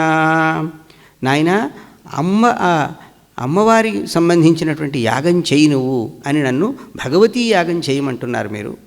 ఆ యాగం చేయమంటున్నారు సరే, అసలు ఆ అంబ ఎవరు, ఆ తల్లి ఎవరు, ఆమె ఎలా పుట్టింది, ఎక్కడ పుట్టింది, ఏ గుణాలు ఉంటాయి ఆవిళ్ళలో, ఇవన్నీ చెప్పండి. కీదృశ్చ మఖస్తస్యాః స్వరూపం కీదృశం తథా విధానం విధివద్ బ్రూహి సర్వజ్ఞోసి దయానిధే. ఆ యాగం ఎలా చేయాలి, ఆమెకు ఎలా ప్రీతి కలుగుతుంది, అదంతా కూడా నీకు తెలియని విషయం అంటూ లేదు కాబట్టి నాకు దయతో ఆ విషయం చెప్పమని. బ్రహ్మాండస్య తథోత్పత్తిం. ఈ బ్రహ్మాండం అంటే ఈ గోళం అన్నమాట. ఈ మొత్తం భూగోళం ఇదంతా ఉంది కదా, ఈ ప్రపంచం అంతా కూడా అంటే 14 లోకాలు ఉన్నాయని చెప్తాం మనం. భూలోక, భువర్లోక, సువర్లోక, జనోలోక, తపోలోక, మహర్లోక, సత్యలోకాలని 7 పైలోకాలు, అతల వితల సుతల తలాతల రసాతల మహాతల పాతాళాలని 7 క్రింది లోకాలు. ఈ 14 లోకాలు ఒక గోళాకారంలో ఉంటాయని భూమండలం. ఈ భూమండలం ఇలాంటి అయితే దీనికి బ్రహ్మాండం అని పేరు. బ్రహ్మాండం అని ఎందుకు పేరంటే బ్రహ్మదేవుడు అందులో ఉన్నట్ట, ఆయన ఏదో కదిలినందువల్ల పైన ఒక డిప్ప, అది 7 లోకాలు, కింద ఒక డిప్పలాగా ఇది కింద అధోలోకాలు 7, ఆయన బ్రహ్మ ఉండి వచ్చింది కాబట్టి అండం బ్రహ్మాండం అంటారని ఇలాంటి కథలు పురాణాల్లో ఉన్నాయి. అయితే ఈ బ్రహ్మాండం ఎలా ఉత్పత్తి అయింది? యథోక్తం యాదృశం బ్రహ్మన్ అఖిలం వేత్సి భూసురా బ్రహ్మా విష్ణుశ్చ రుద్రశ్చ త్రయో దేవా మయా శ్రుతా సృష్టిపాలన సంహారకారకా సగుణాస్త్వమి స్వతంత్రాస్తే మహాత్మానః పారాశర్యవదస్వమే ఆహోస్విత్ పరతంత్రాస్తే శ్రోతుమిచ్చామి సాంప్రతం. అయితే బ్రహ్మ విష్ణు మహేశ్వరులు వాళ్ళు ముగ్గురు మనకి ప్రధానమైన దేవతలు అని నాకు తెలుసు, నేను విన్నాను. వాళ్ళు సృష్టి స్థితి సంహారాలు చేస్తున్నారని, వాళ్ళు ఒక రూపం కలిగినటువంటి వారు, వారికి ఒక గుణం ఉంది. బ్రహ్మదేవుడికి రజోగుణం, విష్ణుమూర్తికి సత్వగుణం, ఈశ్వరుడికి తమోగుణం, ఇవన్నీ నాకు తెలుసు. కాకపోతే వారు స్వతంత్రులా పరాధీనులా అది చెప్పండి. మృత్యుధర్మాశ్చతే నోవా, వారికి మరణం ఉందా లేదా అది చెప్పండి. సచ్చిదానంద రూపిణ, లేదండి వారు శాశ్వత స్వరూపులు, వారికి ఈ మృత్యువు లేదు, జన్మ లేదు, ఏమీ లేదా. అధిభూతాదిభిర్యుక్తా నవా దుఃఖైస్త్రిధాత్మకే కాలస్య వశగా నోవా తే సురేంద్ర మహాబలాః కథం తే వై సముత్పన్నా కస్మాదితి చ సంశయః హర్షశోకయుతా తే వై నిద్రాలస్య సమన్వితాః. వాళ్ళకి సంతోషం ఉంది, వాళ్ళకి దుఃఖం ఉందా, వాళ్ళకి నిద్ర ఉందా, వాళ్ళకి మరి సోమరతనం ఉందా, ఇలాంటివన్నీ ఉన్నాయా? వాళ్ళకి మన శరీరం ఏర్పడ్డట్టుగా వాళ్ళకి రక్తం, మజ్జ, మాంసం ఇలాంటివన్నీ శరీరంలో ఏవైతే ఉంటాయో సప్తధాతుమయాస్తేషాం దేహాః కిం వా అన్యథా మునే, వాళ్ళ శరీరాలు ఎలా ఉన్నాయి, వాళ్ళ శరీరంలో ఏమేం పదార్థాలు ఉంటాయి. కైర్ద్రవ్యైః నిర్మితాస్తే వై కైః గుణైః ఇంద్రియైస్తథా భోగశ్చ కీదృశస్తేషాం. వాళ్ళు సుఖం అనుభవించడం, దుఃఖం అనుభవించడం ఎలా అనుభవిస్తారు? మనలాగే అనుభవిస్తారా? తేషాం ఆయుషస్తథా, వాళ్ళ ఆయుర్దాయం ఎంత, బ్రహ్మదేవుడి ఆయుర్దాయం ఎంత. ఇప్పుడు మనం చెప్పుకుంటున్నాం రోజు సంకల్పంలో అద్య బ్రహ్మణ ద్వితీయ పరార్థే అంటున్నాం. ద్వితీయ పరార్థం అంటే బ్రహ్మదేవుడి ఆయుర్దాయంలో 50 సంవత్సరాలు. ఇప్పుడే 50 ఏళ్ళు అయిపోయింది.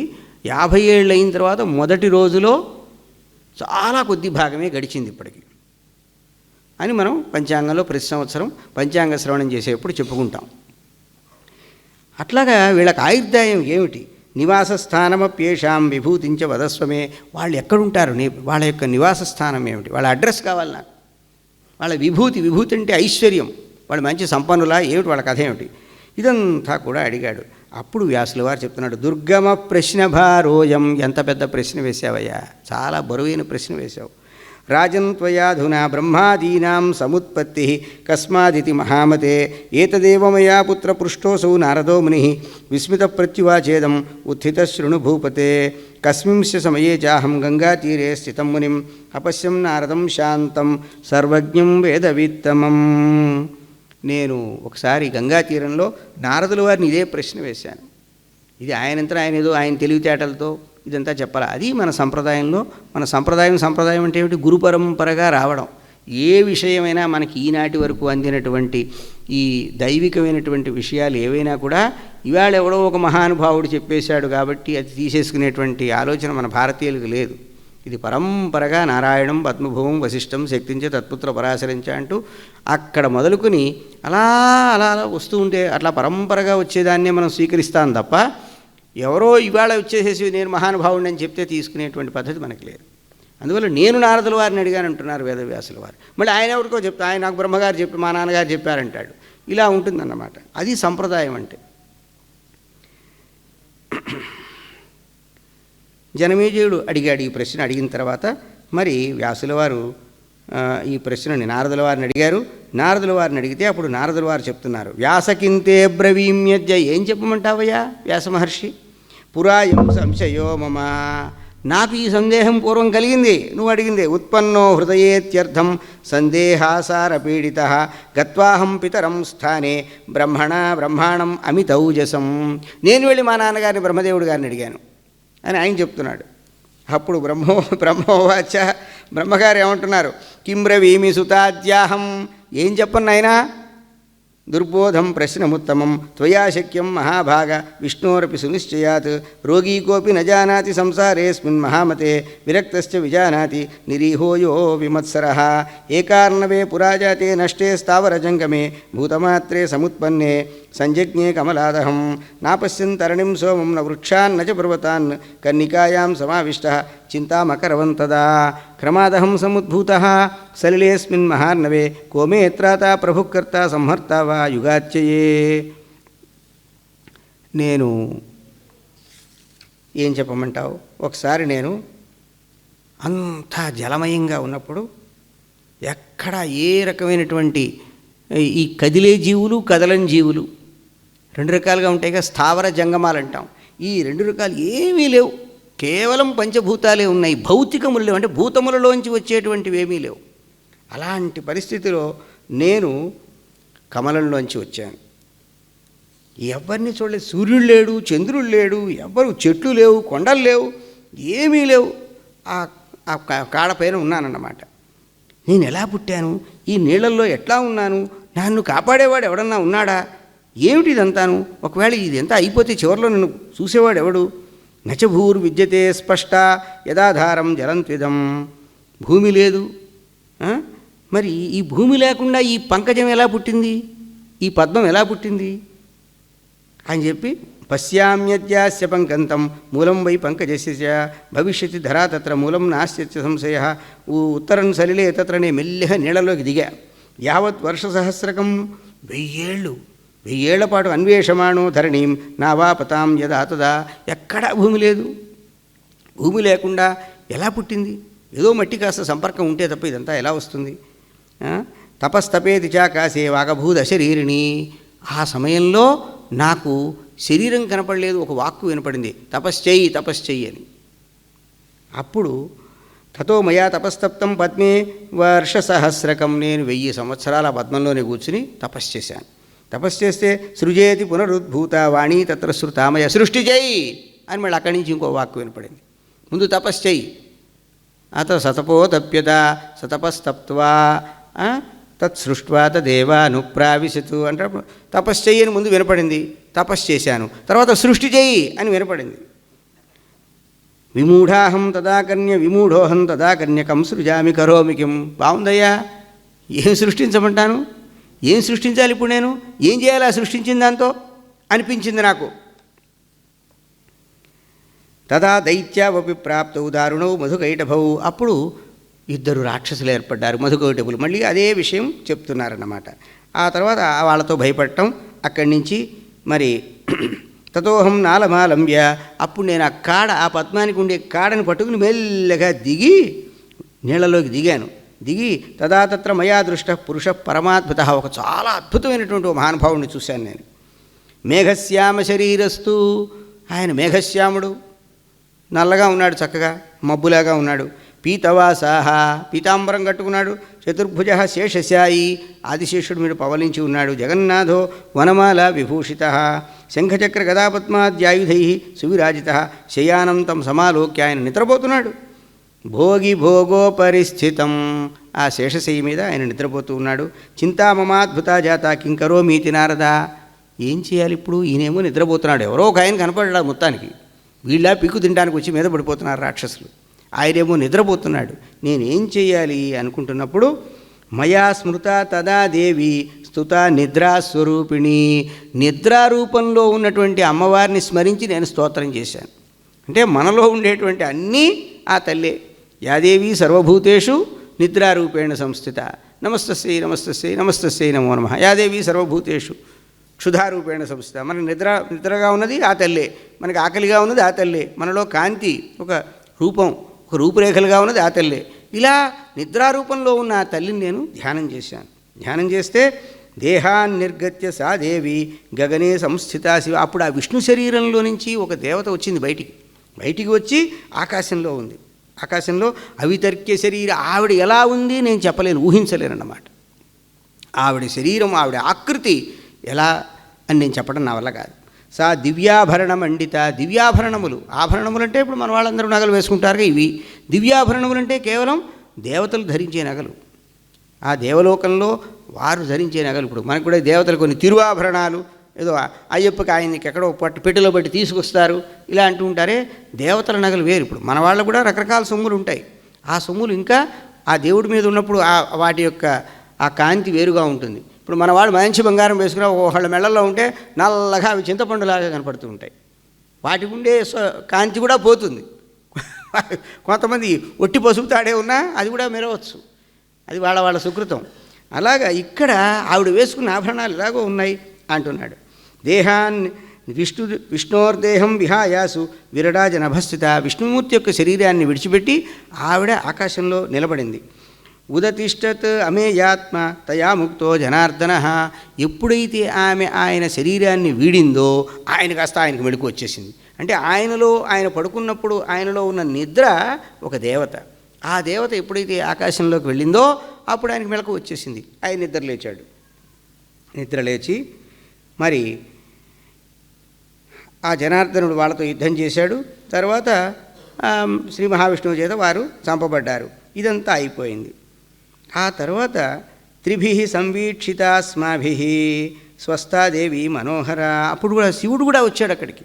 ఆయన కూడా చూశాడు ఇదంతా. మా ముగ్గురిని చూసి ఆ తల్లి మేము చూసి సంస్థుత పరమాశక్తి ఉవాచ అస్మాన్ అవస్థితాన్. మేము స్తోత్రం చేశాం ఆ తల్లిని. ముగ్గురం కలిసి బ్రహ్మ విష్ణు మహేశ్వరులు ముగ్గురు కలిసి స్తోత్రం చేశారట. అప్పుడు ఆ తల్లి చెప్పింది, కాజేశాస్వాని కర్మాణి కురుధ్వం సమతంద్రితా. అబ్బాయిలు కాజేశాహ, క అజ ఈశ అంటే బ్రహ్మ విష్ణు మహేశ్వరులు అన్నమాట. మీరు తంద్ర అంటే కునికిపాట్లు, అంటే ఏదో కొంత అటెంటివ్గా లేకపోవడం, అంటే ఎప్పుడు చురుగ్గా లేకపోవడం. ఎప్పుడు చురుగ్గా ఉండాలి. మీరు మీ పనులు చేయండి. సృష్టి స్థితి విశిష్టాని హతావేతౌ మహాసురౌ కృత్వా స్వానినికేతాని వసధ్వం విగతజ్వరా. మీరు చేయవలసిన పనులేమిటి? సృష్టి స్థితి నాశములు చేయాలి మీరు. ఇప్పుడు నేను ఈ శత్రువులు, ఈ రాక్షసులు నేను సంహరించేశాను. కాబట్టి మీరు మీ స్థానములకు వెళ్ళి ఎలాంటి భయం లేకుండా మీరు అక్కడ ఉండి మీ పనులు చేయండి. ప్రజాశ్చతుర్విధా సర్వా సృజధ్వం స్వవిభూతిభిః. 4 రకాలైనటువంటి ప్రజల్ని అంటే జీవుల్ని మీరు సృష్టి చేయాలి. తచ్చుత్వా వచనం తస్యాః పేశలం సుఖదం మృదు అబ్రూమతామశక్తా స్మః కథం కుర్మః త్విమా ప్రజాః నమహి వితతామాతః సర్వత్ర వితతంజలం న భూతా నిర్గుణాశ్చాపి తన్మాత్రాణి ఇంద్రియాణి చ తదాకర్ణ్యవచోస్మాకం శివాజాతా స్థితానన झटित्वेवावगतं तत्र विमानं गगनाच्छुभं सोवाचास्मिन् सुराः कामं विशध्वं गतसाध्वगाः विमाने ब्रह्मविष्णुईशाः दर्शयाम्यद्यचाद्भुतं तन्निशम्य वचस्तस्य ओमित्युक्त्वा पुनर्वयं समारुह्य उपविष्टा स्मो विमाने रत्नमण्डिते मुक्तादाम सुसंवीते किङ्किणीजालशब्दिते सुरसत्मनिभे रम्ये त्रयस्तत्र विशङ्किताः सोपविष्टास्ततो दृष्ट्वा देव्यस्मान् विजितेन्द्रियान् स्वशक्त्या तद्विमानं वै नोदयामास चाम्बरे. అమ్మా బ్రహ్మదేవుడు అడిగట, మాకు శక్తి లేదు, మేమెలా సృష్టిస్తాం ఈ 4 రకాలైనటువంటి జీవుల్ని? అంతటా జలం ఉంది, ఎక్కడ భూమే లేదు, ఎక్కడ సృష్టించాలి వాళ్ళని మేము? ఇవన్నీ అంటే వెంటనే ఆ తల్లి ఏం చేసిందంటే ఒక విమానం ఆకాశంలో కనపడేట్టు చేసింది. ఎక్కండిరా బాయ్, విమానం ఎక్కండి అంది. తన శక్తితో ఆమె ఆ విమానం నడుపుతూ ఉంది. ముగ్గురు ఎక్కి కూర్చున్నారు అందులో. ఆ తర్వాత విమానం తన్మనోవేగం ఎత్ర స్థానాంతరేగతం, మనోవేగంతో వెళుతోంది. ఇప్పుడు మన మనస్సు ఇక్కడి నుంచి కుంభమేళాకి వెళ్ళొచ్చు, ప్రయాగకి ఈ క్షణంలో. మనకి ఎక్కడికి వెళ్ళి ముందే ఫ్లైట్కి కోసం ఒక గంట ఎయిర్పోర్ట్కి ముందే వెళ్ళి కూర్చోవడం ఇట్లాంటివి ఏం అక్కర్లేదు. 2 గంటల ముందు వెళ్ళటం, ఫ్లైట్లో అంతసేపు కూర్చోవడం, ఇరుక్కుని కూర్చున్నాం, విశ్రాంతిగా కూర్చున్నాం, ఏడుపులన్నీ లేవు. అక్కడికి వెళితే ఆ నీళ్ళని ఆ జనం అంతా మీద పడిపోయారు, తిండి లేదు, తిప్పలేదు, ఇవేమీ అక్కర్లేదు కదా. మనసుతో వెళ్ళిపోవచ్చు, మనసుతో రావచ్చు. పూర్వం మహానుభావులంతా కూడా అనుష్ఠాన పరులు. వాళ్ళు ఆ వాళ్ళు చేసే అనుష్ఠాన శక్తితో వాళ్ళంతా రోజు వెళ్ళి కాశీలో గంగలో స్నానం చేసి వచ్చారు, ఏదో తలుపులు వేయమన్నారు, వచ్చారు, వాళ్ళని ఏదో చూశారు. ఇట్లాంటివన్నీ మనకి అసలు మహానుభావుల విషయాల్లో చెప్తూ ఉంటారు. సదాశివ బ్రహ్మేంద్రుల వారు అలా ఎవరికో పిల్లలకి వెళ్ళి తీసుకెళ్ళి చూపించారు. మేము మధురై మీనాక్షిని చూడాలి, ఒకసారి తీసుకెళ్ళమంటే కళ్ళు మూసుకోండి రా అంటే మళ్ళీ మీనాక్షి అమ్మవారిని చూపించి మళ్ళీ తీసుకొచ్చారు. ఇట్లాంటివన్నీ ఓ కథలు మహానుభావులు ఉంటూ ఉంటాయి. అది యోగశక్తితో వాళ్ళు చేస్తారు. అట్లాగే ఆ తల్లి కూడా ఇక్కడ వాళ్ళని మనోవేగంతో తీసుకెళ్ళిపోయిందన్నమాట. మనోవేగంతో తీసుకెళ్ళిపోయినప్పుడు నజలం తత్ర పశ్యామో విస్మితాస్మో వయంతదా, మమ్మల్ని ఆవిడ తీసుకువెళ్ళిన చోట్లో అక్కడ నీళ్ళే లేవు. ఆశ్చర్యం వేసింది. ఇక్కడేమో అన్ని నీళ్లు, అక్కడ నీళ్ల చొక్క లేదు. వృక్షా సర్వఫలా రమ్యా కోకిలారావమండితా, అన్ని ఫలాలు కాసేటువంటి వృక్షాలు ఉన్నాయి. ఏదో మామిడి చెట్లు, ఏదో కొబ్బరి చెట్లు ఇట్లా కాదు, మొత్తం ఈ ఫలం ఉంది, ఈ ఫలం లేదు అనేది. మహీధరా కామం వనాన్యుపవనాన్ని చ, భూమి, ఆ భూమి మీద ఉండేటువంటి పర్వతాలు, అడవులు, చిన్న చిన్న తోటల్లాంటివి. ఆర్యశ్చ పురుషాశ్చ నార్యశ్చ పురుషాశ్చైవ పశవశ్చ సరిద్వరా, అక్కడ స్త్రీలు, పురుషులు, పశువులు, అన్ని రకాలైనటువంటి వాప్య కూపాహ, కాలువలు, బావులు, ఇవన్నీ గుంటలు, చిన్న చిన్నవి ప్రవాహాలు. పురతో నగరం రమ్యం, పెద్ద నగరం ఒకటి కనపడుతోంది. దివ్య ప్రాకారమండితం, అవి దివ్యమైనటువంటి ప్రాకారములు, అంటే ప్రహరీ గోడలు, కోటలు ఇవన్నీ ఉన్నాయి. యజ్ఞశాల సమాయుక్తం, అక్కడ ఒక పెద్ద యజ్ఞశాల కనపడింది. నానాహర్మ్య విరాజితం, అనేక రకాలైన భవంతులు. ప్రత్యభిజ్ఞ తదా జాత అప్యస్మాకం ప్రేక్షతత్పురం స్వర్గో యమితికేనాసౌ నిర్మితోస్తి తద్భుతం. అప్పుడు మాకు గుర్తొచ్చింది, ఇది స్వర్గం ఏంటుంది, ఎవరో నిర్మించాడు, ఇది స్వర్గం అనుకున్నాం మేము. రాజానం దేవసంకాశం వ్రజంతం మృగయాం వనే అస్మాభి సంస్థితా దృష్ట విమానోపరిచ అంబికా. ఒక రాజుగారు ఒక దేవుళ్లాగా ఉన్నాడు. ఆయన అడవి వేటకు వెళుతున్నాడు. మేము చూసాం, ఆ విమానంలో కూర్చున్నాం కదా, ఆ రాజుగారు వెళ్ళటం చూసాం. అంబిక కూడా మాతో పాటు, ఆ తల్లి కూడా ఉంది కదా, చూసింది. క్షణాచిచాల గగనే విమానం పవనేరితం ముహూర్తాద్వా తతఃప్రాప్తం దేశేవాన్యేమనోహరే. అక్కడి నుంచి ఒక్క క్షణంలో ఇంకో దేశానికి వెళ్ళిపోయి అది చాలా ఇంకా మనోహరంగా ఉంది. నందనంచ వనం తత్ర దృష్టమస్మాభిరుత్తమం. నందనవనం, దేవలోకంలో మరి స్వర్గలోకంలో దేవేంద్రుడు విహరించేటువంటి ఉద్యానవనం, నందనోద్యానవనం, ఆ విమానం అక్కడ ఉంది. పారిజాత తరుఛాయ సంస్కృత సురభిస్థిత, అక్కడ పారిజాత వృక్షాలంటే మనకి పారిజాతాల్లో ఇక్కడ సువాసన ఏం పెద్ద రాదు, మన పారిజాతాలు కావు. దేవలోకంలో ఉండే పారిజాత వృక్షాలు వేరు, దేవతా వృక్షాలు. ఆ వృక్షాలకు ఉండేటువంటి పరిమళం వేరు. ఆ వృక్షాలు మంచి ఎంతో సురభి అంటే పరిమళం అన్నమాట, ఎంతో పరిమళంతో ఉన్నాయి. చతుర్థంతో గజ తస్యా సమీపే సమవస్థిత, 4 దంతాలున్న ఏనుగుంది అక్కడ ఆయనకి దగ్గరగా. అప్సరసాం తత్ర వృందాని మేనకా ప్రభృతీని చ, అక్కడ అప్సరసల సమూహం అంతా ఉంది. క్రీడంతి వివిధై భావై గాన నృత్య సమన్వితై, ఆ అప్సరసలు నాట్యమాడుతున్నారు, గానం చేస్తూ ఉన్నారు. గంధర్వా శతశః తత్ర యక్షా విద్యాధరా సదా మందార వాటిక మధ్య గాయంతి చ రమంతి చ. ఆ తర్వాత మందార వాటిక, మనకు మందార పూలు ఉంటాయి, ఈ మందార పూలుగా దేవలోకంలో 5 రకాలైనటువంటి దేవతా వృక్షాలు, కల్పవృక్షాలు అంటాం. పంచైతే దేవతరవో మందార పారిజాతక సంతాన కల్పవృక్షశ్చ పుంశివ హరిచందనం అని దేవతా వృక్షాలు 5 అని చెప్తారు. ఆ దేవతా వృక్షాలు ఒక్కొక్క వృక్షాలకు సంబంధించిన ఒక్కొక్క వనం. ముందు పారిజాతం, తర్వాత మందారం. ఆ మందార వాటికలో అక్కడ కూర్చుని వీళ్ళంతా విద్యాధరులు, గంధర్వులు వీళ్ళంతా కూడా గానాన్ని చేస్తున్నారు. ఆ తర్వాత అక్కడ శచీదేవితో పాటు ఇంద్రుడు కనపడ్డాడు. వయంతు విస్మితాశ్చాస్మ దృష్ట్వా త్రైవిష్టపంతదా, మేము చాలా ఆశ్చర్యపోయాం, ఆ స్వర్గం చూసి ఆశ్చర్యపోయాం. ఎవరు వీళ్ళు? 3 బ్రహ్మ విష్ణు మహేశ్వరులు. యాదపతిం కుబేరంచ యమం సూర్యం విభావసం విలోకి విస్మితాశ్చాస్మ వయం తత్ర సురాన్ స్థితాన్. అక్కడ నైరుతి దిక్పాలకుడున్నాడు, కుబేరుడున్నాడు, యముడున్నాడు, సూర్యుడున్నాడు. వీళ్ళందరినీ చూసి మేము చాలా ఆశ్చర్యపోయాం. అనేక మంది దేవతలు ఉన్నారు. ఆ తర్వాత దేవరాజీవాక్షభ్యో నరవాహ్యావనౌ స్థిత విమానస్థా వయం తూచ్యచాల తరసాగతం బ్రహ్మలోకం తదా దివ్యం సర్వదేవం. అక్కడి నుంచి మేము బ్రహ్మలోకానికి వెళ్ళాం. అక్కడ దేవతలందరూ నమస్కరిస్తున్నారు, ఆ లోకానికి కూడా నమస్కరిస్తున్నారు. తత్ర బ్రహ్మాణ మాలోక్య, అక్కడ బ్రహ్మగారిని చూసాం. బ్రహ్మగారి ఇక్కడ విమానంలో కూర్చున్నారు, అక్కడ బ్రహ్మలోకం, బ్రహ్మగారు అక్కడ కనపడ్డారు. అంటే మేమే పొడి చేస్తున్నాం, మేమే సృష్టి చేస్తున్నాను, నేనే పరిపాలిస్తున్నాను, నేనే సంహారం చేస్తున్నాను అనుకుంటున్నారుగా వీళ్ళు. తీసుకెళ్ళి చూపించింది ఆవిడే అక్కడ బ్రహ్మలోకం.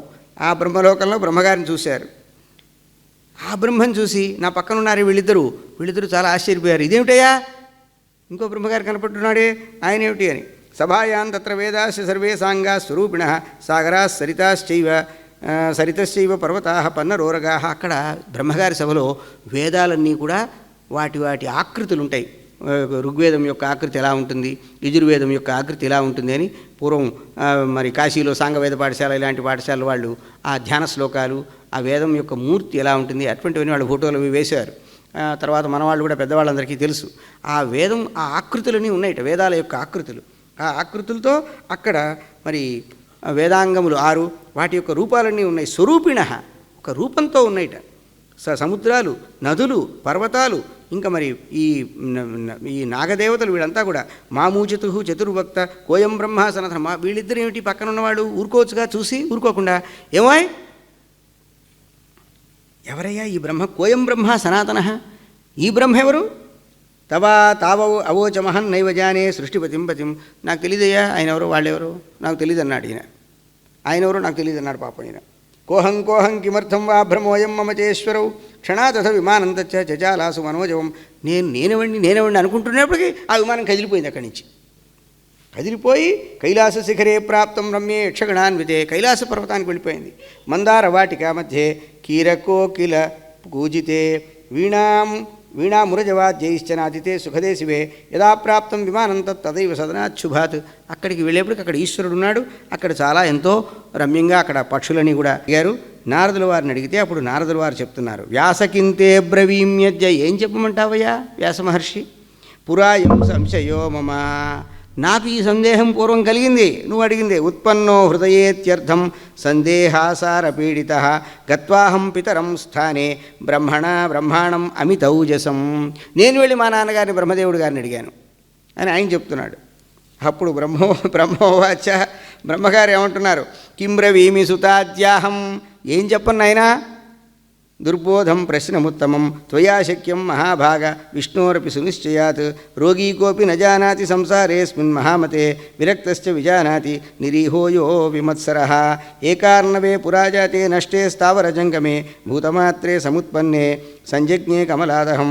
నాపశ్యన్ తరణిం సోమం న వృక్షాన్ న చ పర్వతాన్ కన్నికాయాం సమావిష్టః చింతామకరవన్ తదా. క్రమాదహం సముద్భూతః సలిలేస్మిన్ మహార్ణవే కోమే త్రాతా ప్రభుకర్త సంహర్త వా యుగాచ్యయే. నేను ఏం చెప్పమంటావు?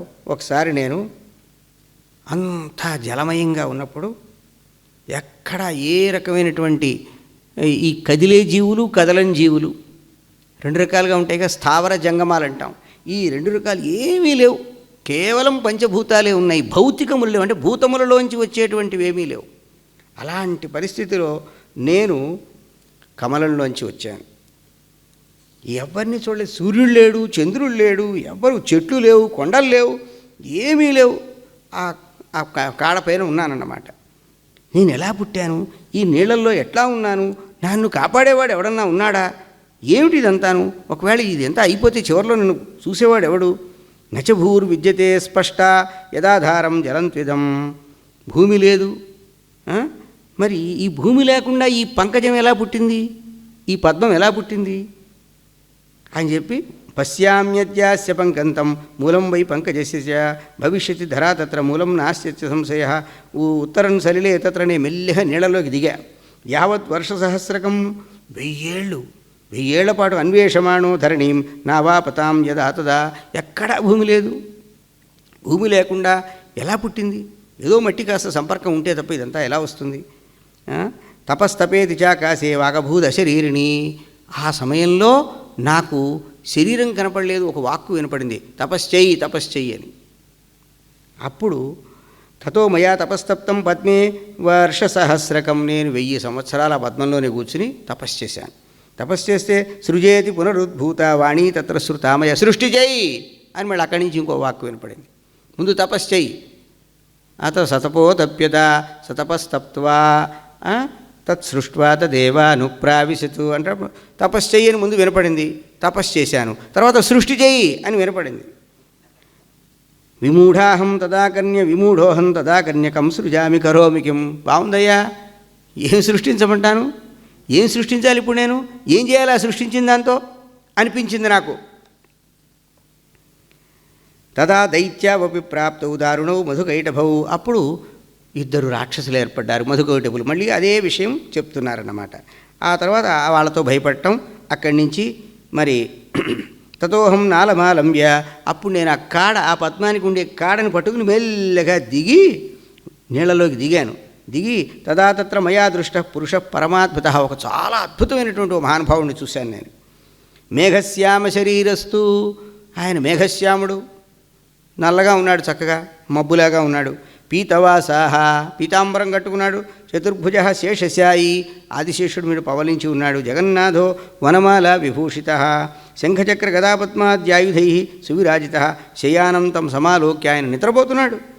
భోగి భోగోపరిస్థితం, ఆ శేషశయ్య మీద ఆయన నిద్రపోతూ ఉన్నాడు.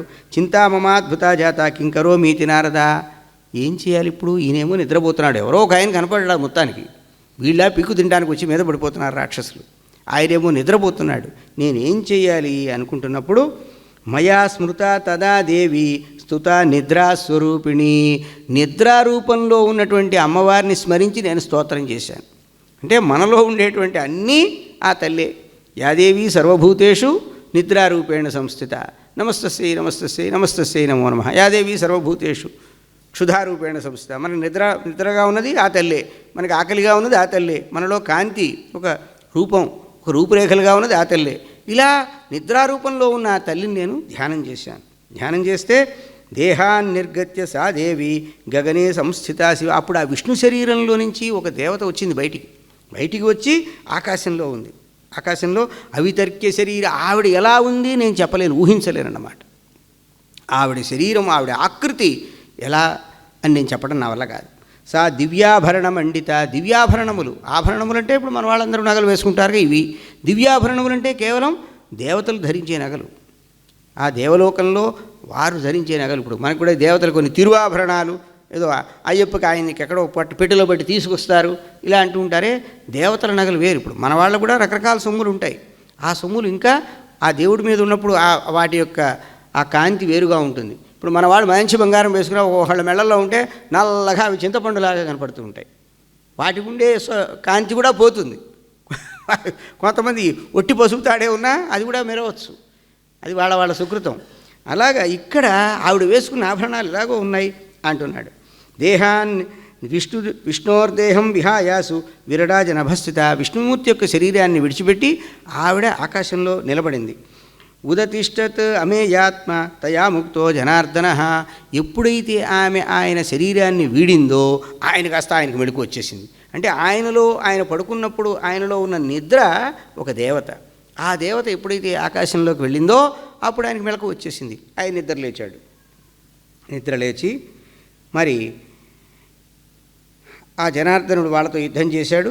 తర్వాత శ్రీ మహావిష్ణువు చేత వారు చంపబడ్డారు. ఇదంతా అయిపోయింది.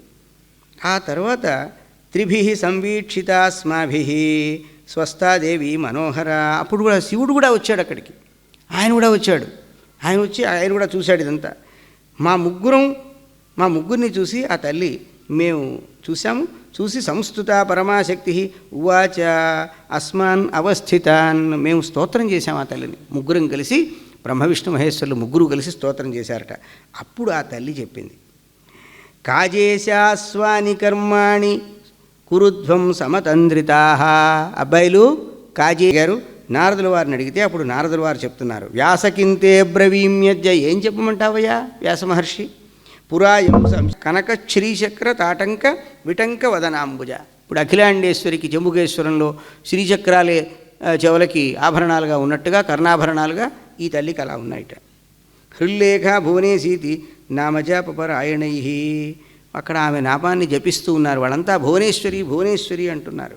సఖీవృందై స్తుతా నిత్యం భువనేశీ మహేశ్వరి హృల్లేఖాద్యాభి అమరకన్యాభి పరివేషిత. ఆమెకి చెలికెత్తలు ఉంటారు, హుల్లేఖ మొదలైనటువంటి వాళ్ళంతా. ఇప్పుడు ఖడ్గమాలలో ఇలాంటి ఖడ్గమాల స్తోత్రంలో వాటిలో ఆ శ్రీచక్రంలో ఉండేటువంటి దేవతలందరూ కూడా ఆమె పరివార దేవతలు. వారందరి చేత కూడా ఆ తల్లి చుట్టుముట్టబడి ఉంది. వారంతా సేవిస్తూ ఉన్నారు. అనంగ కుసుమాద్యాభి దేవీభి పరివేష్టిత, దేవీ షట్కోణ మధ్యస్థ యంత్రరాజోపరిస్థిత. ఆమె షట్కోణం అంటే 3 కోణాలు, త్రికోణం, మళ్ళీ ఇంకో త్రికోణం అటు ఇటు ఉండేటట్టుగా మొత్తం షట్కోణం, 6 కోణాలు. ఆ 6 కోణాల మధ్యలో ఉంది. యంత్రరాజం అంటే శ్రీచక్రం, ఆ శ్రీచక్రం పైన ఉందన్నమాట. దృష్ట్వాతాం విస్మితా సర్వే వయం తత్ర స్థితా భవన్. ఆమెను చూసి మేము ఆశ్చర్యపోయాం. కేయం, ఎవరివిడ, కాంత కిం నామ నజానీమోత్ర సంస్థితా. ఈమె ఎవరు, ఈమె పేరేమిటి, ఏమీ తెలియదే మాకు అనుకున్నారట. సహస్రనయనారామ సహస్రకర సంయుత సహస్రవదనారమ్య భాతి దూరాత సంశయం. దూరం నుంచి చూస్తూ ఉంటే ఆవిడికి 1000 కళ్ళు ఉన్నట్టుగా ఉంది, 1000 చేతులు ఉన్నట్టుగా ఉంది. 1000 నోర్లు ఉన్నట్టుగా ఉంది. చాలా ఆశ్చర్యంగా ఉంది. నాప్సరా, ఒకవేళ ఇవేమైనా అప్సరస అంటే అప్సర కాదు. నా బిగంధర్వో నేయం దేవాంగినాకిల, గంధర్వ స్త్రీ కాదు, కొన్ని దేవతా స్త్రీ కాదు. మాకు చాలా సందేహం కలిగింది నాయన నారద. తదాసు భగవాన్ విష్ణు దృష్ట్వా తాం చారుహాసినీం ఉవాచాంబాం స్వవిజ్ఞానాత్ కృత్వా మనసి నిశ్చయం. అప్పుడు కొంచెం మాలో తెలివైనవాడు విష్ణువు, ఆయన తెలివైనవాడు కాబట్టి ఆమె చాలా అందంగా నవ్వుతోంది. ఆవిడ్ని తన విజ్ఞానంతో తెలుసుకున్నాడు.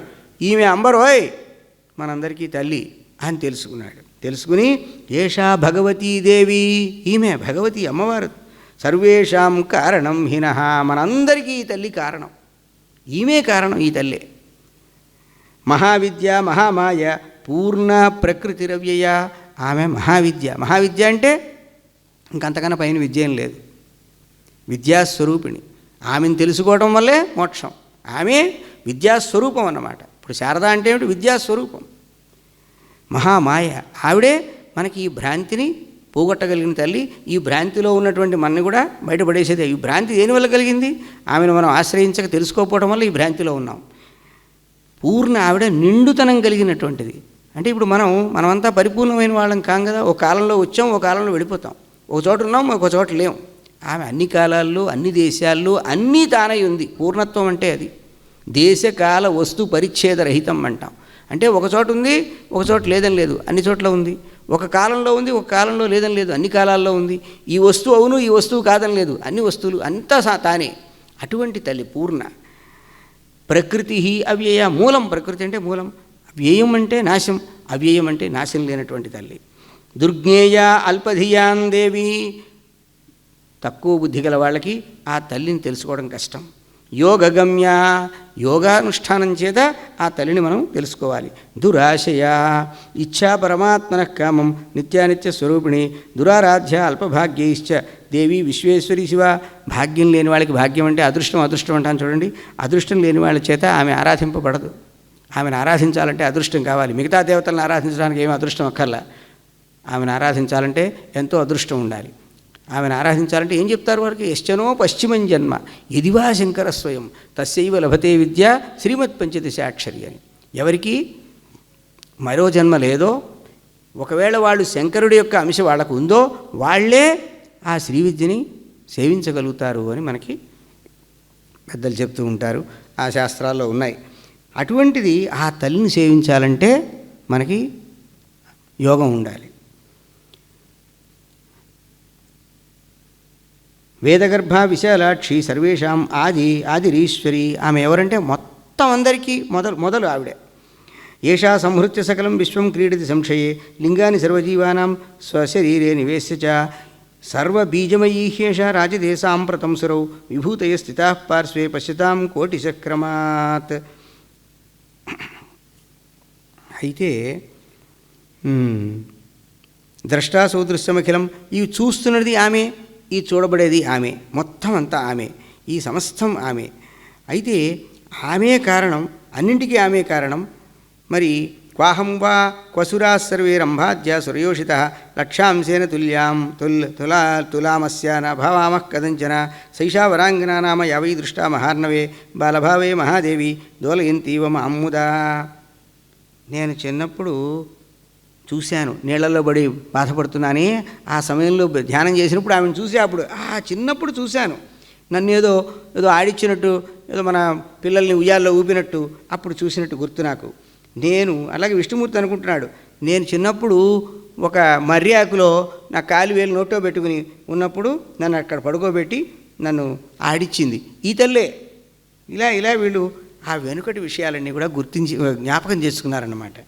ఈ విధంగా మరి వాళ్ళంతా కూడా ఆ ప్రత్యభిజ్ఞ కలిగింది వాళ్ళకి. ప్రత్యభిజ్ఞ అంటే ఏమిటి? వెనుకటి విషయం గుర్తు రావడం అన్నమాట. ఆ విధంగా గుర్తొచ్చింది ఇప్పుడు వాళ్ళకి. ఈ విష్ణువు చెప్పాడు ఈ మాట బ్రహ్మదేవుడికి. ఇత్యుక్త్వా భగవాన్ విష్ణు పునరాహ జనార్దన వయం గచ్చేమ పార్శ్వేస్య ప్రణమంతః పునః. ఒరే అబ్బాయి, మనం కొంచెం ఆమె దగ్గరగా వెళదాం అన్నాడు విష్ణుమూర్తి ఈ విషయం చెప్పి బ్రహ్మదేవుడితో. సేయంవరా మహామాయ దాస్యత్యేషా వరాన్హీనః స్తువామస్స నిధిం ప్రాప్య నిర్భయాశ్చరణాంతికే యదినో వారయిష్యంతి ద్వారస్థాః పరిచారికాః పఠిష్యామశ్చ తత్రస్థాః స్తుతిం దేవ్యాः సమాహితాః. మనం కొంచెం దగ్గరికి వెళదాం, మనం ముగ్గురం కొంచెం దగ్గరికి వెళ్ళి ఆ తల్లిని ప్రార్థిద్దాం. మనకి ఏ వరాలైనా సరే ఆ తల్లి ఇస్తుంది. ఒకవేళ ఆమె దగ్గర ఉండే పరిచారికలు ఏయ్ ఇక్కడ దాకా రాకూడదు మీరు అన్నారనుకుంటే ద్వారంలోనే ఉండి ఆమెను స్తోత్రం చేద్దాం అన్నారు. ఇత్యుక్తే హరిణావాక్యే సుప్రహృష్టౌ సుసంస్థితౌ జాతౌ ప్రముదితౌ కామం నికటే గమనాయ చ ఓమిత్యుక్త్వా హరిం సర్వే విమానాత్ త్వరితాశ్రయ ఉత్తీర్య నిర్గతాద్వారి శంకమాన మనస్థలం. చాలా శంకిస్తూ అక్కడికి వెళ్ళారు ముగ్గురు. మెల్లిగా విమానం దిగి బ్రహ్మ విష్ణు మహేశ్వరులు ముగ్గురు వెళ్ళారు. ఏమో లోపల రాణిస్తారో లేదో, మన సంగతి ఏమిటి, మన గతి ఏమిటో అని. ద్వారస్థాన్ వీక్షతాన్ సర్వాన్ దేవీ భగవతీ తదా స్మితం కృత్వా చకారాసు తాన్ స్త్రీన్ స్త్రీరూపధారిణ. ముగ్గురు వెళ్ళి ద్వారంలో నిలబడ్డారు. ఓ నవ్వు నవ్వింది ఆవిడ, చిరునవ్వు నవ్వి ముగ్గురిని ఆడవాళ్ళని చేసేసింది. ముగ్గురు కాస్త స్త్రీ రూపం ధరించారు. వయం యువతయో జాతాయః సురూపాశ్చారుభూషణాః విస్మయం పరమం ప్రాప్తాః గతాః తత్సన్నిధిం. పునః మేము స్త్రీలం అయిపోయాం, ముగ్గురం అయిపోయి ఆ తల్లి దగ్గరికి వెళ్ళాం. సాదృష్ట్వాన స్థితాన్ తత్ర స్త్రీరూపాం శరణాంతికే వ్యలోకైతే చార్వంగి ప్రేమ సంపూర్ణ యాదృశ. ఎంతో ప్రేమగా చూసినప్పుడు మా వంక. ప్రణమ్యతాం మహాదేవీం పురతః సంస్థితా వయం పరస్పరం లోకయంతః స్త్రీరూపాశ్చారుభూషణ. ఏమిట్రా నువ్వు కూడా అయిపోయావు అమ్మాయివి, నేను అమ్మాయి అయిపోయాను, వాళ్ళు వీళ్ళు చూసుకుంటున్నారట. మనం ఎంత బాగున్నాం, ఇలా ఉన్నామేమిటి పాపం ఈ పిచ్చి మొహాలు. ఇలా ఒకళ్ళు అక్కడికి వెళ్ళేటప్పటికి, ఆ తల్లి దగ్గరికి వెళ్ళేటప్పటికి అంటే ఎక్కడ ఆ తల్లి ముందు నిన్న మనం అనుకున్నాం భారతీ తీర్థస్వామి వారి దగ్గర శాస్త్రార్థాలు చేసేటప్పుడు ఏదో ఒక స్కాలిత్యం అవనే అవుతుందన్నమాట. ఎంత పెద్ద పండితుడు, కొమ్ములు తిరిగిన పండితుడు కూడా ఆయన సరస్వతి అంతే, ఎక్కడో ఒకడు గట్టిగా పట్టేసుకుంటారనమాట. ఆ పట్టుకునేప్పుడు గిలగిలగిలు తనుకంటే వాడికి చెప్పాలి, చెప్తే కానీ ముందుకు వెళ్ళలేడు. అట్లా ఉంటుంది ఆయన శక్తి. అలాగే ఆ తల్లి ముందు వీళ్ళు ఏమిటి కుప్పిగంతులు ఏం వేయగలరండి. మొత్తానికి ఇలా అయిపోయి మేము ఇంకా ఒళ్ళు తెలుసుకుని జాగ్రత్తగా పాదపీఠం ప్రేక్షమాణా, ఆ తల్లి పాదాలు పెట్టుకునేటువంటి పీఠ వంక చూస్తూ ఉన్నాం. నానామణి విభూషితం, అది ఎంత బాగుందండి, అన్ని రకాల మణులతో పొదగబడి ఉంది. అది సూర్యకోటి ప్రతి ఇకాశ స్థితాస్తత్ర వయం శ్రేయ, అది కోటి సూర్యుల్లాగా ఉంది ఆ పాదపీఠం. అక్కడ మేము ముగ్గురం జాగ్రత్తగా ఆ పాదపీఠం దగ్గరికి వెళ్ళి అక్కడ నిలబడ్డాం. కాశ్చిద్ రక్తాంబరాస్తత్ర సహచర్య సహస్రశ కాశ్చిన్ నీలాంబరా నార్య తథా పీతాంబరా శుభా. ఆమె చుట్టూ ఆమెకు పరిచారికలు ఉన్నారు. కొంతమంది ఎర్రటి చీరలు కట్టుకున్నారు, కొంతమంది మరి నీలాంబరం, నీలమైన రంగు. నీలం అంటే సంస్కృతంలో నలుపు అంటాం, సరే నీలాంబరం అందాం, మరి నల్లగా కట్టుకున్నారు అనుకోకుండా. పీతాంబరా పచ్చ వస్త్రాలు కట్టుకున్న వాళ్ళు కొంతమంది ఉన్నారు. దేవ్యా సర్వా శుభాకారా, ఆ దేవతలందరూ కూడా ఆ చక్కని ఆకారాలు కలిగిన వారు. వారంతా ఆమె చుట్టూ కూడా పరిచర్య చేస్తున్నారు, ఆమెకు సేవ చేస్తూ ఉన్నారు. జగుశ్చన ఋతుశ్చాన్యా పర్యుపాసంతత ఆ స్త్రియ, వారంతా గానం చేస్తున్నారు, నాట్యం చేస్తున్నారు, ఆ తల్లిని ఉపాసిస్తున్నారు. వీణా మారుతవాద్యాని వాదయంత్యో ముదాన్వితా, ఆ తల్లి ఎదుట వీణానాదం చేస్తున్నారు. ఇంకా ఆమెకి ప్రీతి కలిగించేటువంటి వాద్యములన్నీ కూడా వాళ్ళు చక్కగా వాయిస్తున్నారన్నమాట. శృణ్నారదవక్ష్యామి యదృష్టం తత్ర జాద్భుతం. నారద అక్కడ నేను ఏం చూశానో చెప్తా విను. మధ్య మధ్యలో నేను వింటున్నాడో లేదో అని మళ్ళీ ఆయన చెప్పడం, వింటున్నావో లేదో అని. నఖదర్పణమధ్యే వై దేవ్యాశ్చరణ పంకజే బ్రహ్మాండమఖిలం సర్వం తత్ర స్థావర జంగమం. అక్కడ నేనేం చూశానో తెలుసా, జాగ్రత్తగా విను. ఆమె గోరు ఉందే, కాలిగోరు, ఆ కాలిగోరు ఒక అద్దంలాగా కనపడుతోంది. ఆ అద్దం మధ్యలో అది ఆమె పాదపద్మం యొక్క గోరు కదా, ఆ గోరు ఒక అద్దంలా కనపడుతోంది. ఆ అద్దంలో ఈ మొత్తం ప్రపంచం మొత్తం కనపడుతోంది. విశ్వం దర్పణ దృశ్యమాన నగరీతుల్యం అంటాం కదా, ఈ ప్రపంచమంతా కూడా ఒక అద్దంలో కనపడే నగరం లాంటిది అని మనకి దక్షిణామూర్తి స్తోత్రంలో ఎలా చెప్తామో, ఈ సమస్త ప్రపంచం, ఈ సమస్త బ్రహ్మాండములన్నీ కూడా, ఈ అనంతకోటి బ్రహ్మాండాలన్నీ ఆ తల్లి యొక్క పాదపద్మంలో ఉన్న ఆ కాలి గోరు ఒక అద్దంలాగా ఉండి ఆ అద్దంలో ఇవన్నీ ప్రతిఫలిస్తున్నాయి, ప్రతిబింబిస్తున్నాయి అన్నమాట. ఇది నేను చూశాను అంటున్నాడు బ్రహ్మదేవుడు. అహం విష్ణుశ్చరుద్ర, పైగా అంతా కనపడటం కాదు, సర్వం తత్ర స్థావర జంగం, ఈ మొత్తం జీవరాశులు కనపడుతున్నాయి. అహం నే కనపడ్డా అక్కడ. యశోద కనుక మరి కృష్ణుడి నోట్లో వాళ్ళు యశోదను కూడా చూసినట్టుగా ఇక్కడ ఆమె కాలిగోట్లో నేను కనపడ్డాను, విష్ణువు కనపడ్డాడు. రుద్రశ్చ వాయు అగ్ని యమో రవి వరుణశీతగు త్వష్ట, మొత్తం ఈ దిక్పాలకులు సూర్యచంద్రులు అందరూ కనపడ్డారు. ఈ పర్వతాలు, సముద్రాలు, నదులు అన్నీ కూడా కనపడ్డాయి. వైకుంఠం కనపడింది, బ్రహ్మలోకం కనపడింది, కైలాసం కనపడింది, ఆ సర్వం తదఖిలం దృష్టం నఖ మధ్య స్థితం చతత్. ఆ గోరు మధ్యలో మొత్తం చూసేసాం. మజ్జన్మ పంకజం తత్ర స్థితోహం చతురానహ. నేను పుట్టడానికి ఏ కమలమైతే ఉందో ఆ కమలం కూడా కనపడింది అక్కడ అందులో కూర్చున్నా నేను. పైగా నేను పుట్టినప్పుడు ఎందులో పుట్టానో అది ఉంది అందులో. శేషశాయి జగన్నాథ, ఈ శేషశాయి అక్కడ ఉన్నాడు.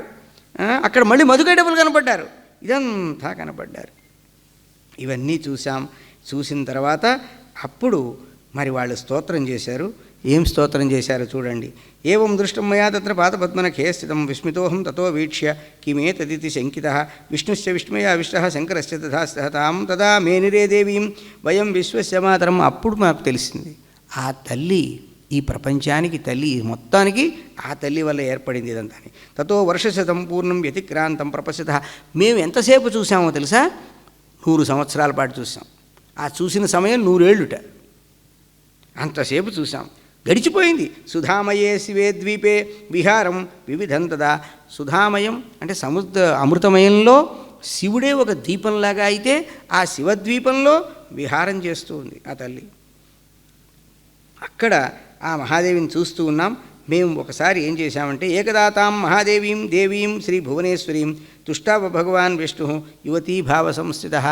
యువతి రూపంలో ఉన్నాడుగా మాలో విష్ణువు, మేము అలాగే ఉన్నాం. ఆయన అప్పుడు ఆ తల్లిని ధ్యానం చేశాడు. ఏమని ధ్యానం చేశాడు? నమో దేవ్యై ప్రకృత్యై చ విధాత్ర్యై సతతం నమః కళ్యాణ్యై కామదాయై చ వృద్ధి సిద్ధ్యై నమో నమః సచ్చిదానందరూపిణ్యై సంసారారణయే నమః పంచకృత్య విధాత్ర్యై తే భువనేశ్యై నమో నమః సర్వాధిష్టానరూపాయై కూటస్థాయై నమో నమః అర్ధమాత్రార్ధభూతాయై హృల్లేఖాయై నమో నమః జ్ఞాతం మయాఖిలమిదం త్వయి సన్నివిష్టం త్వత్తోస్య సంభవలయావపి మాతరద్యా శక్తిశ్చ తేస్య కరణే వితత ప్రభావ జ్ఞాత అధునా సకలలోకమయీతి నూనం. నాకు అర్థమైందమ్మా, ఇప్పుడు నాకు తెలిసింది. అంటే తెలిసిన తర్వాత ఆనందం పట్టలేక చేస్తున్నాడు ఈ స్తోత్రం. నేను తెలుసుకున్నాను, నీ వల్ల, నీ దయ వల్ల తెలిసింది. ఇదంతా నీలో ఉందని తెలిసింది నాకు. నీవే దీనికి ఆధారం, నీవే ఆధారం, నీలోనే ఉంది. ఇది నీలోంచి వేరుగా లేదు. మొత్తం ఈ పరమాత్మ ఈ ప్రపంచానంతా సృష్టించాడను. ఎక్కడుంది ఇది? పరమాత్మలోనే ఉంది. సృష్టించింది ఆయనే. ఏం పెట్టి సృష్టించాడు? తనే సృష్టించాడు. తనే వాటి సృష్టించిన దానిలోనూ తనే ఉన్నాడు. అంటే సృష్టించడానికి అవతల ఉండి సృష్టించాడా? ఇదంతా మళ్ళీ ఆయనలోనే ఉంది. చాలా ఒక ప్రత్యేకమైన విషయం అన్నమాట. ఇదంతా అంటే మనకి ఉపనిషత్తుల్లో చెప్పినటువంటి విషయం. అదంతా కూడా స్తోత్ర రూపంలో ఆ వేదాంత విషయం అంతా రాస్తున్నాడు అన్నమాట. త్వత్తోస్య సంభవలయాపి చ మాతరద్యా శక్తిశ్చ తేస్య కరణే వితత ప్రభావ జ్ఞాత అధునా సకలలోకమయీతి నూనం. ఈ సమస్త లోకాలు కూడా నీవే అని తెలిసింది నాకు ఇప్పుడు. నీవు తప్ప ఇంకేదీ లేదు, మొత్తం నీవే. సృష్టికి ముందు నీవే, సృష్టించబడిన తర్వాత ఆ సృష్టి ఉన్న చోటు నీవే, ఆ సృష్టి నీవే, అది మళ్ళీ చేరుకునేది నీవే. పంచకృత్యాలు నువ్వు చేస్తున్నావు. పంచకృత్య విధాత్రియై, పంచకృత్యములు అని ఉన్నాయి మనకి. సృష్టికర్త్రి బ్రహ్మరూప, గోప్త్రి గోవిందరూపిణి, సంహారిణి రుద్రరూప, తిరోధానకరీశ్వరి, సదాశివానుగ్రహద, పంచకృత్య పరాయణ. మొత్తం ఈ ప్రపంచంలో మనం ఏమనుకుంటున్నాం ఇప్పటిదాకా? సృష్టి స్థితి లయం అంటున్నాం. ఇది కాకుండా సృష్టి చేయడం సరే, అన్నిటినీ సృష్టించడం, స్థితి కాపాడడం, లయం చేయడం అంటే వీటన్నిటిని పోగొట్టడం, ఇది కనపడకుండా చేయటం, లయమైంది కనపడకుండా చేయడం తిరోధానం. తర్వాత మళ్ళీ అనుగ్రహం, మళ్ళీ తీసుకొచ్చి మళ్ళీ పెట్టడం. ధాత యథాపూర్వం అకల్పయత్. పూర్వం ఎలా ఉందో సృష్టి మళ్ళీ తీసుకొచ్చి మళ్ళీ ఆ సృష్టి అలాగే వస్తూ ఉంటుంది. ఇప్పుడు రామచంద్రమూర్తి గురించి రామాయణంలో చెప్తారు. సర్వాన్ లోకాన్ సుసంహృత్య సభూతాన్ సచరాచరాన్ పునరేవ తథాస్రష్టుం శక్తో రామో మహాయశాః. మొత్తం లోకాలన్నింటినీ కూడా సంహారం చేసి, మొత్తం అందులో ఉన్నటువంటి ప్రాణులన్నింటినీ కూడా లేకుండా చేసి, మళ్ళీ పునరేవ తథాస్రష్టుం, ఇంతకుముందు ఆయన పోగొట్టకముందు ఎలా ఉన్నాయో అలాగే సృష్టించడం. ఏమాత్రం కూడా కొంచెం కూడా తేడా లేకుండా సృష్టించడానికి రాముడికి శక్తి ఉంది అని ఆంజనేయ స్వామి రావణుడికి చెప్తాడు. రామచంద్రమూర్తి ఎంత శక్తిమంతుడో ఏమనుకుంటున్నావు నీకు తెలుసా అని. అలాగే ఇక్కడ పంచకృత్యములు నీవే చేస్తున్నావు తల్లి అని చెప్పి స్తోత్రం చేశారు. విస్తార్య సర్వమఖిలం సదసద్వికారం సందర్శయస్య వికలం పురుషాయ కాలే తత్వైశ్చ షోడశభిరేవ చ సప్తభిశ్చ భాసీంద్రజాలమివ నః కిల రంజనాయ నత్వామృతే కిమపి వస్తుగతం విభాతి వ్యాప్యైవ సర్వమఖిలం త్వమవస్థితాసి శక్తిం వినా వ్యవహృతో పురుషోప్యశక్తో బంభ్రణ్యతే జనని బుద్ధిమతా జనేన. మనకి ఆదిశంకర్లు సౌందర్య లహరిలో చెప్పినట్టుగా శివశక్త్యా యుక్తో యది భవతి శక్త ప్రభవితుం నచేదేవం దేవో నఖలు కుశల స్పందితుమపి అన్నట్టుగా ఆ తల్లి యొక్క శక్తి వల్లే శివుడి శక్తి, విష్ణువు శక్తి, బ్రహ్మశక్తి, ఎవరి శక్తి అయినా కూడా అలాంటి విషయాన్ని ఇక్కడ ఈ శ్లోకాల్లో చెప్పడం జరిగింది. ఇదంతా కూడా ఈ ప్రపంచంలో సదసద్వికారం, సత్తు అసత్తు అంటే జడము చేతనం రెండూ ఉన్నాయి ఈ ప్రపంచంలో. చైతన్యం ఉంది, అలాగే జడ పదార్థాలు ఉన్నాయి.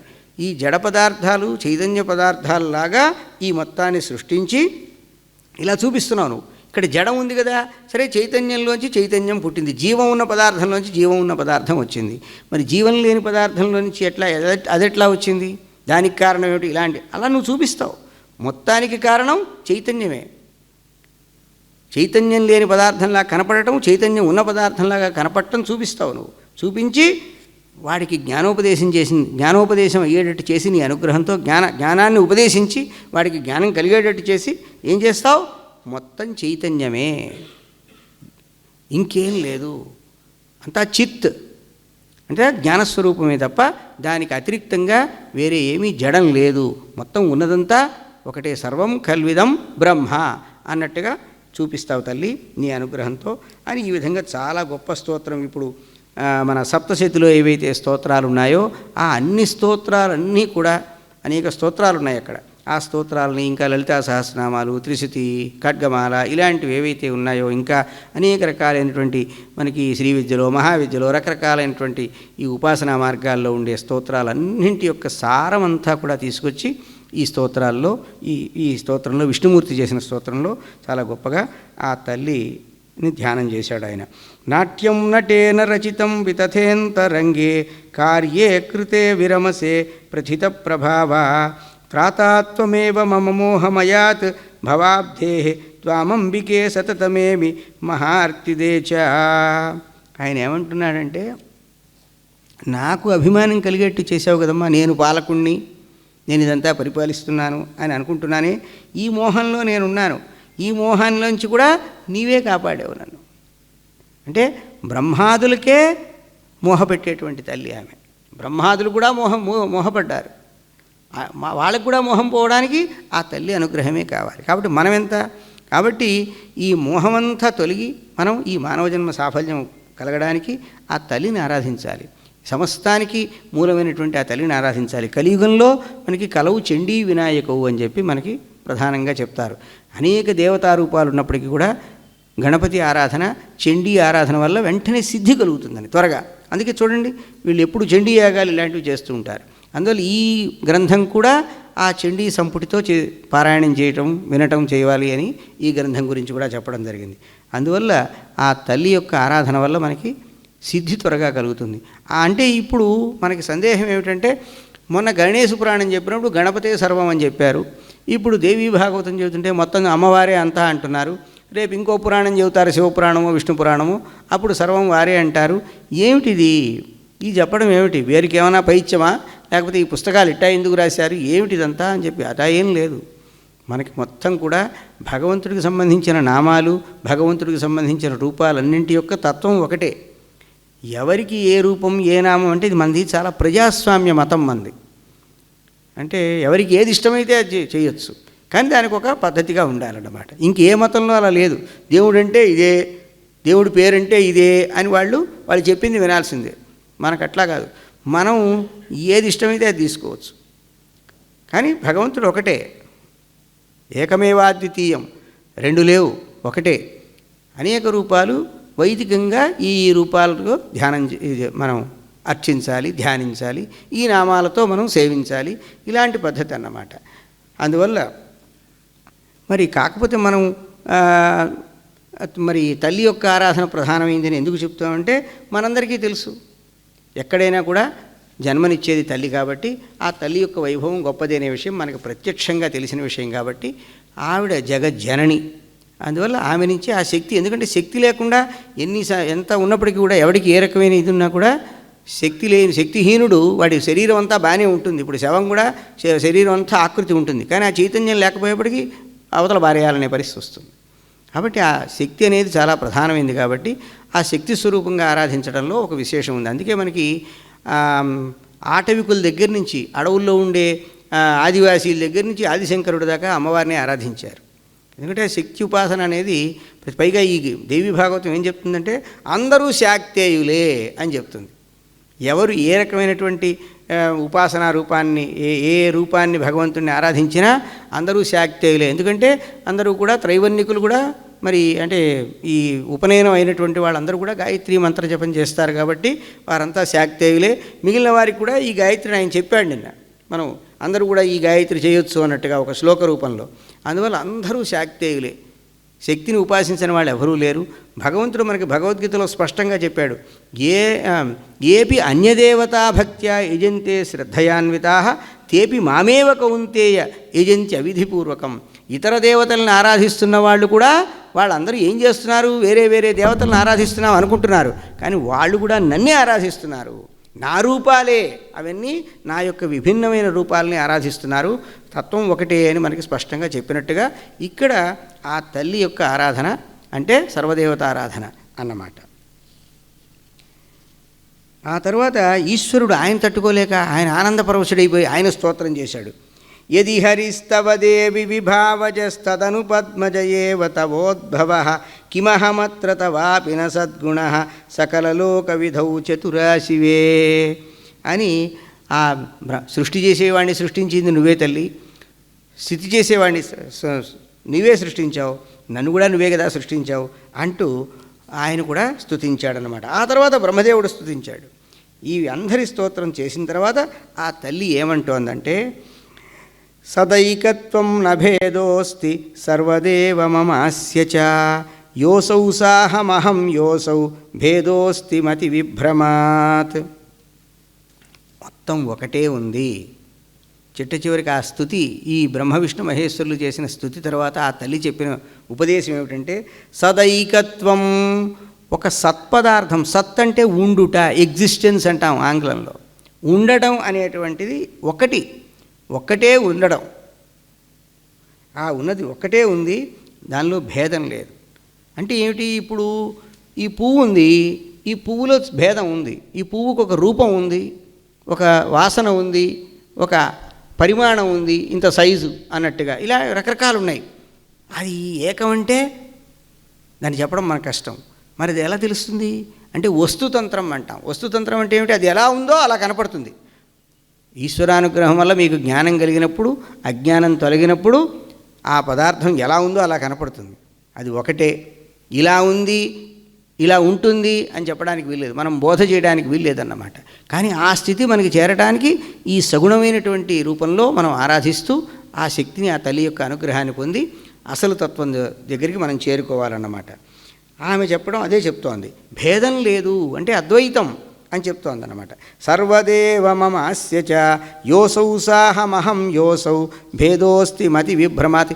ఇదైతే ఈ భేదం ఎలా కనపడుతోంది మనకి, చాలా అనేక రకాలుగా ఉంది అనేది మతి విభ్రమం చేత, బుద్ధి యొక్క దోషం చేత ఇది జరుగుతోంది. కాబట్టి వీటన్నింటికీ కారణం ఏమిటంటే, చిట్ట చివరి సందేశం ఏమిటంటే, మనస్సే వీటన్నింటికీ కారణం.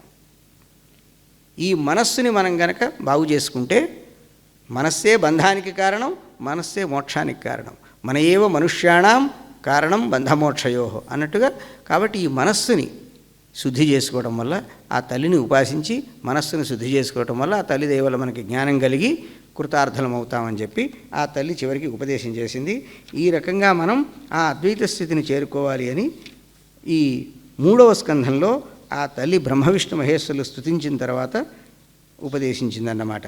అందువల్ల మనం మనశుద్ధి కోసం ఏం చేయాలి, మన చేతుల్లో ఉంది ఏమిటి, ఏదైనా ఒక చింతపండు పెట్టి ఏదో ఒక పాత్ర తోమినట్టు తోమడానికి ఏదో రూపంగా మనం ఎక్కువ సమయాన్ని లేదు కొంత సమయాన్ని కేటాయించుకుని మనం ఆ తల్లిని ఆరాధించడం కోసం ఏదో స్తోత్ర పాఠం చేయడమో, ఏదో ఆ తల్లికి సంబంధించినటువంటి కథాశ్రవణమో, మాహాత్మ్య శ్రవణం చేయడమో, ఏదో నామజపం చేయడమో, ఏదో అలాంటివి మనం కొంతకాలాన్ని, ఎక్కువ కాలాన్ని మనం ఇస్తూ, మనం చేయకూడని పనులు, మన మనస్సు ఎక్కడికి పోకూడదు అక్కడికి పోకుండా, ఏం మాట్లాడకూడదు అవి మాట్లాడకుండా వాటిని తగ్గించుకుంటూ ఉంటే, ఇప్పుడు మనకి డాక్టర్లు వాళ్ళు చెప్తూ ఉంటారు చూడండి, మీరు స్క్రీన్ టైం తగ్గించుకోవాలి, ఇది తగ్గించుకోవాలి, అది తగ్గించుకోవాలని.